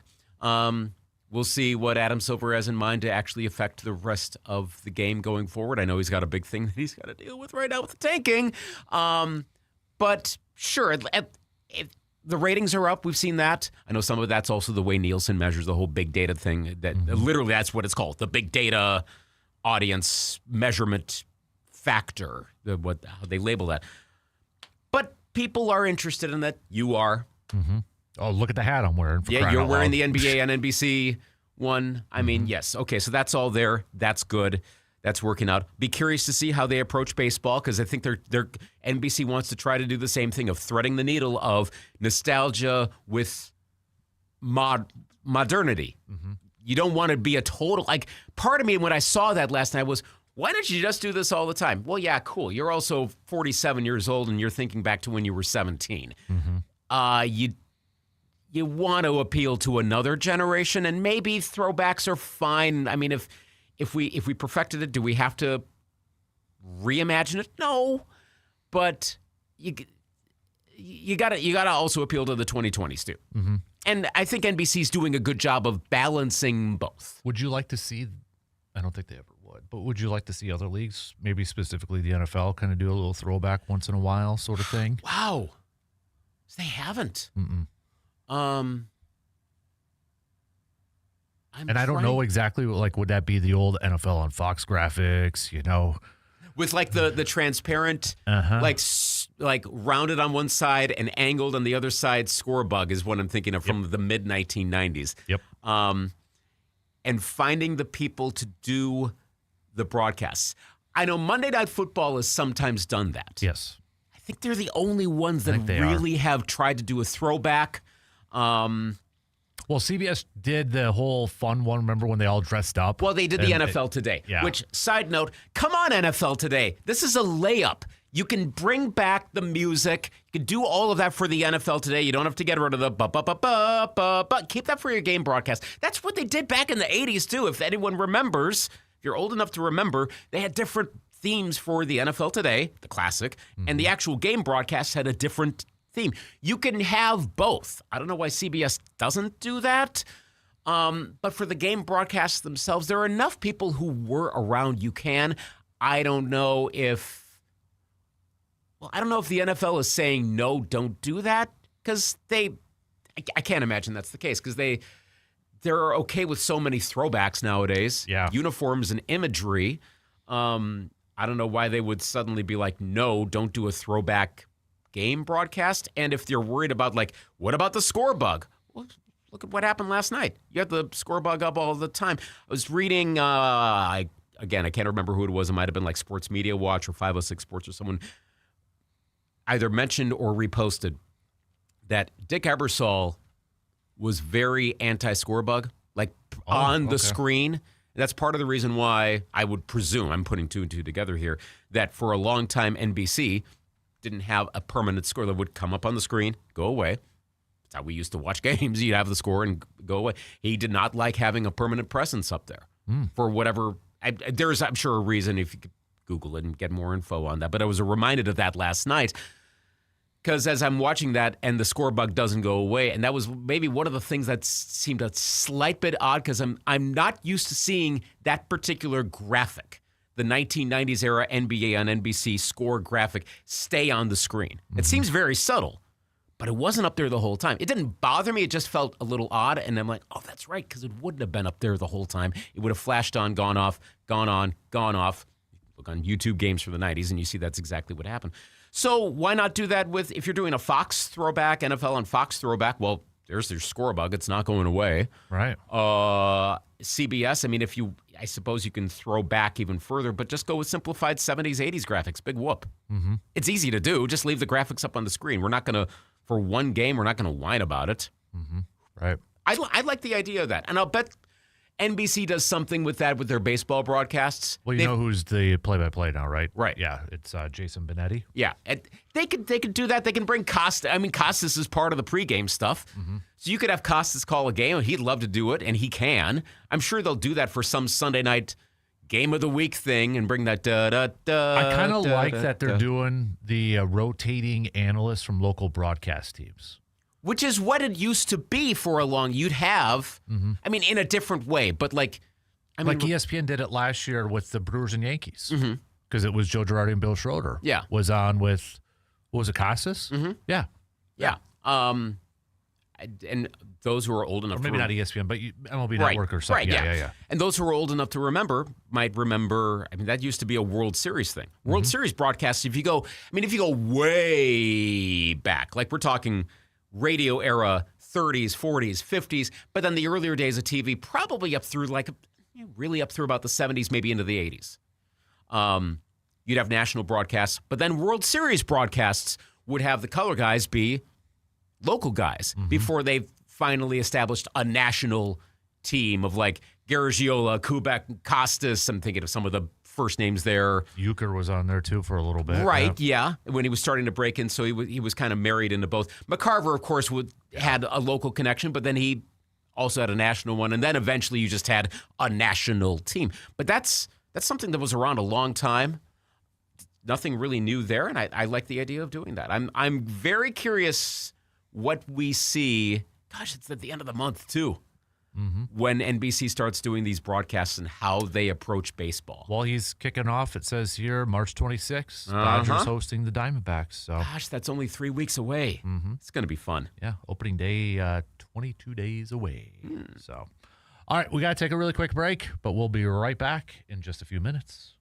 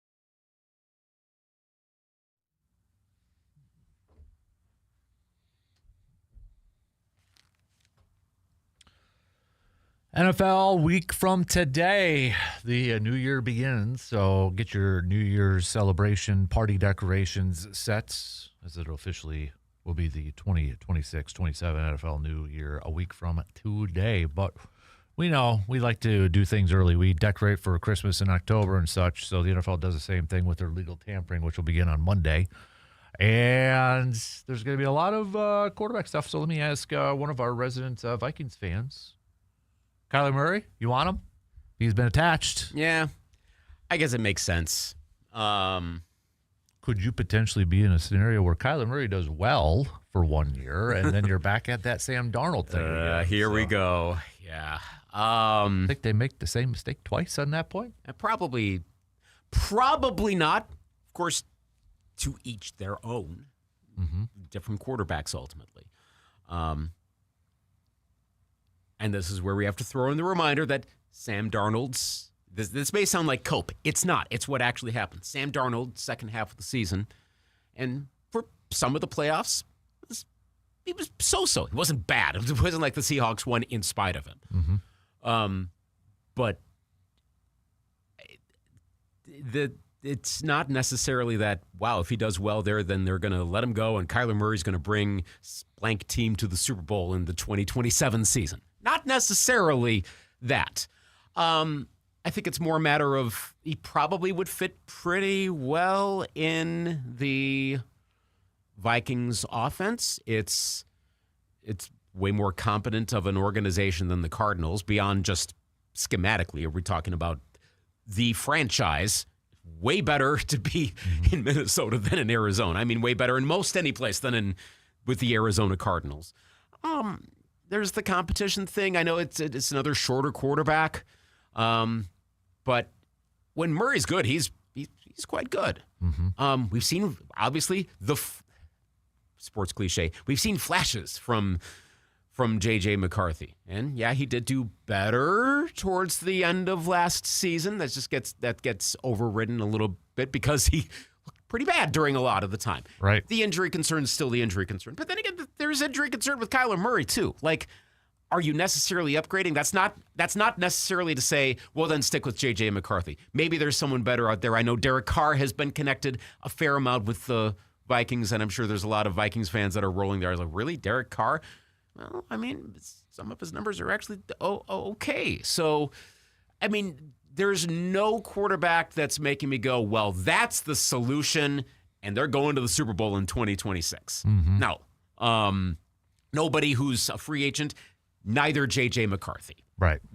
There isn't right now. I'd be okay with it. I tend to go by smarter football people saying stuff, and then I take my cues from them because they analyze it way more than I do.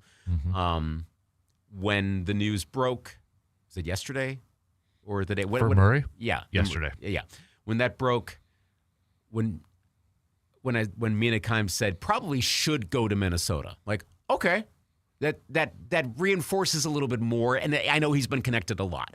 But when someone who analyzes football a lot more like Kimes does says that, then I go, okay, then that's probably a better move. A lot of people are going to be interested.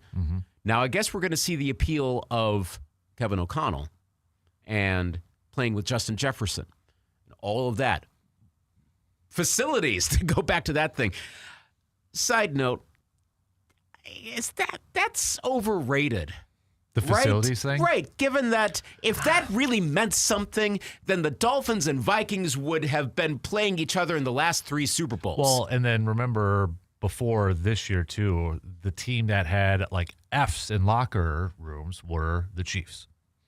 Yeah. So, I mean, the dynasty of the 2020s. Right. I mean, this doesn't matter as much because of what we actually see on the field. But it also is going to be, I mean, you'd rather have A's than F's in that category. It's going to attract some free agents. Then it's up to the rest of the organization to put everything together. So maybe that's a factor. Perhaps it's a plus. It's not a minus. I think if as a Vikings fan, who would I most want if they absolutely are going to bring in someone else? Murray would be one.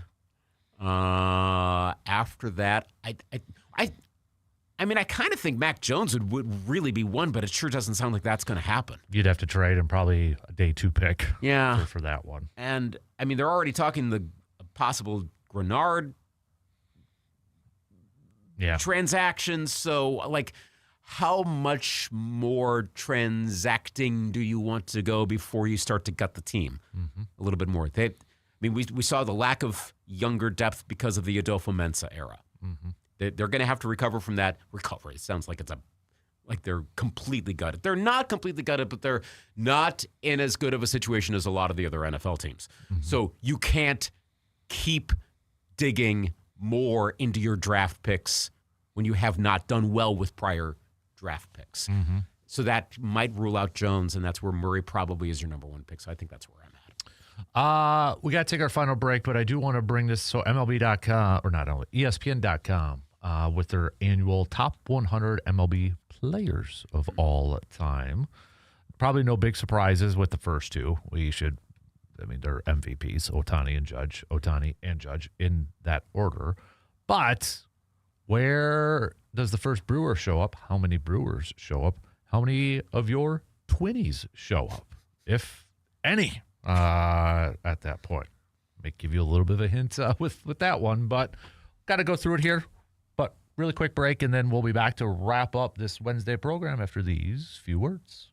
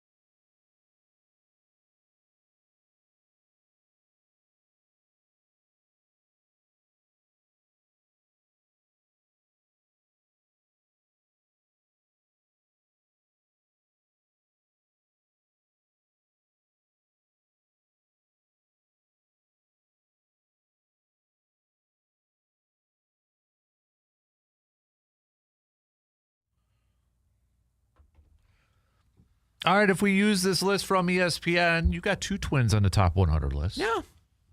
I'll take it. Probably no big surprise on who those 2 are. Joe Ryan is on there.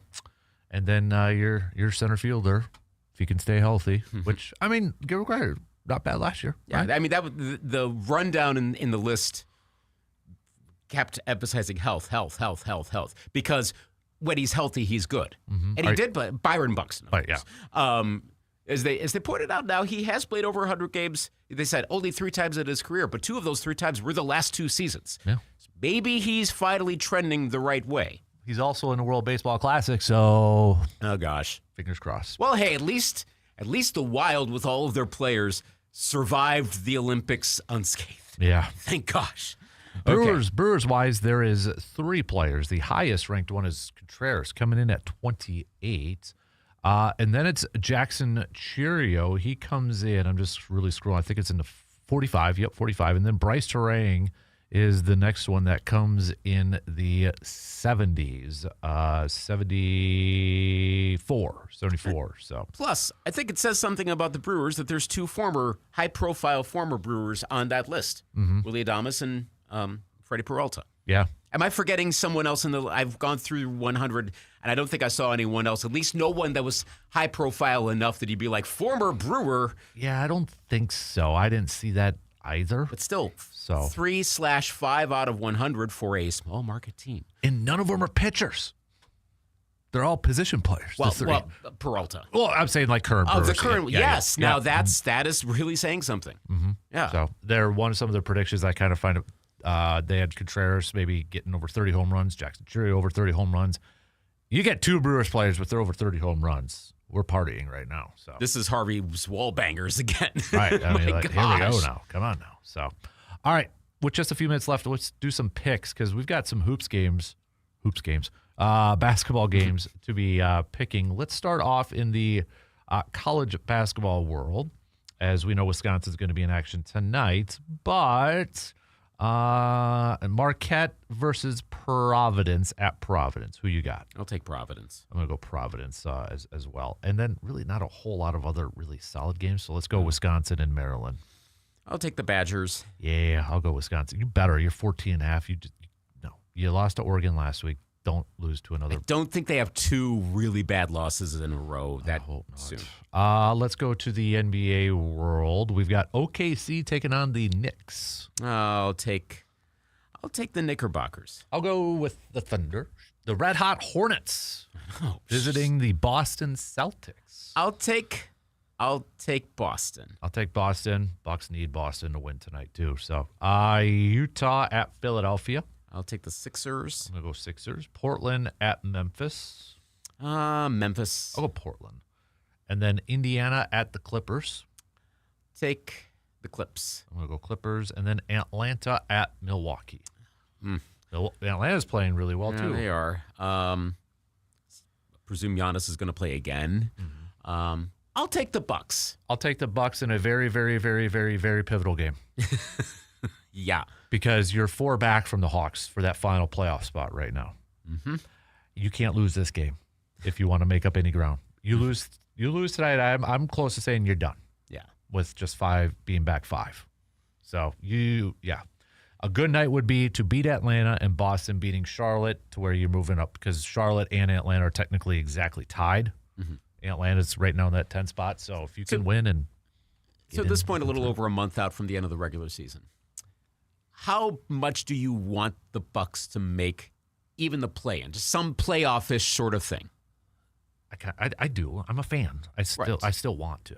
Given the dynamics of the team right now, I mean, unique to this year. But then I never want to cheer for my team to lose. So it's just that to me is weird. Yeah. I don't want to get into the whole better draft pick sort of thing. Those are never guarantees. Mm-hmm. You never know that player is going to be great. So, and considering the way that John Horst has drafted over the years, that really isn't a big factor for me. So, no, I will always cheer for, I don't care who it is, team to get into the postseason because then you have a chance. It might be very rare, might be very small, but you still got a chance. So seems as though the tanking, hey, maybe this team needs to tank talk has gone really quiet in the wake of the tanking controversy from a few weeks ago. I mean, there are plenty of teams that are kind of doing that right now. I think someone pointed out, was it the Portland game or the Memphis game for the Timberwolves? And like at the very end of the game, like the defensive possession by the other team, whichever other team that was, it was just like, yeah, we're just going to kind of check out right here and make sure we don't win. It's happening in its own ways, we were presuming. But you don't hear like, hey, the Bucks need to lose so they can get. No, it's just like, okay, just do whatever you do. And we're letting it be like that. Yeah. Yep. So, hey, ESPN apparently is mocking Malik going to your Vikings, Malik Willis. So, what would you think of that? I mean, from what you've observed of him as I think he would. I think for Malik to succeed, he'd have to go to a team that's going to build around him and do what he does well, and Kevin O'Connell would do that. Yeah. So, I mean, yeah, I'd be nervous going up against that. I think it's going to be interesting to watch the Malik versus Kyler Murray, because as Kurt Warner, and I'm running out of time here, but Kurt Warner, said he was looking at Malik Willis tape. Really, he only looked at 28 dropbacks if you take away the screens and the short passes. Malik's going to get probably a 3-year, $30 million a year deal. Kyler Murray, you might be able to get cheaper because he's getting paid. So which one would you rather have? Ooh, that's a good debate. Now, I don't know the answer right now. Yeah. That's not a lot to base on. Nope. All right, that's going to do it for us. Have a fantastic Wednesday. Same place, same time tomorrow morning, 6 a.m. Chat with you all then.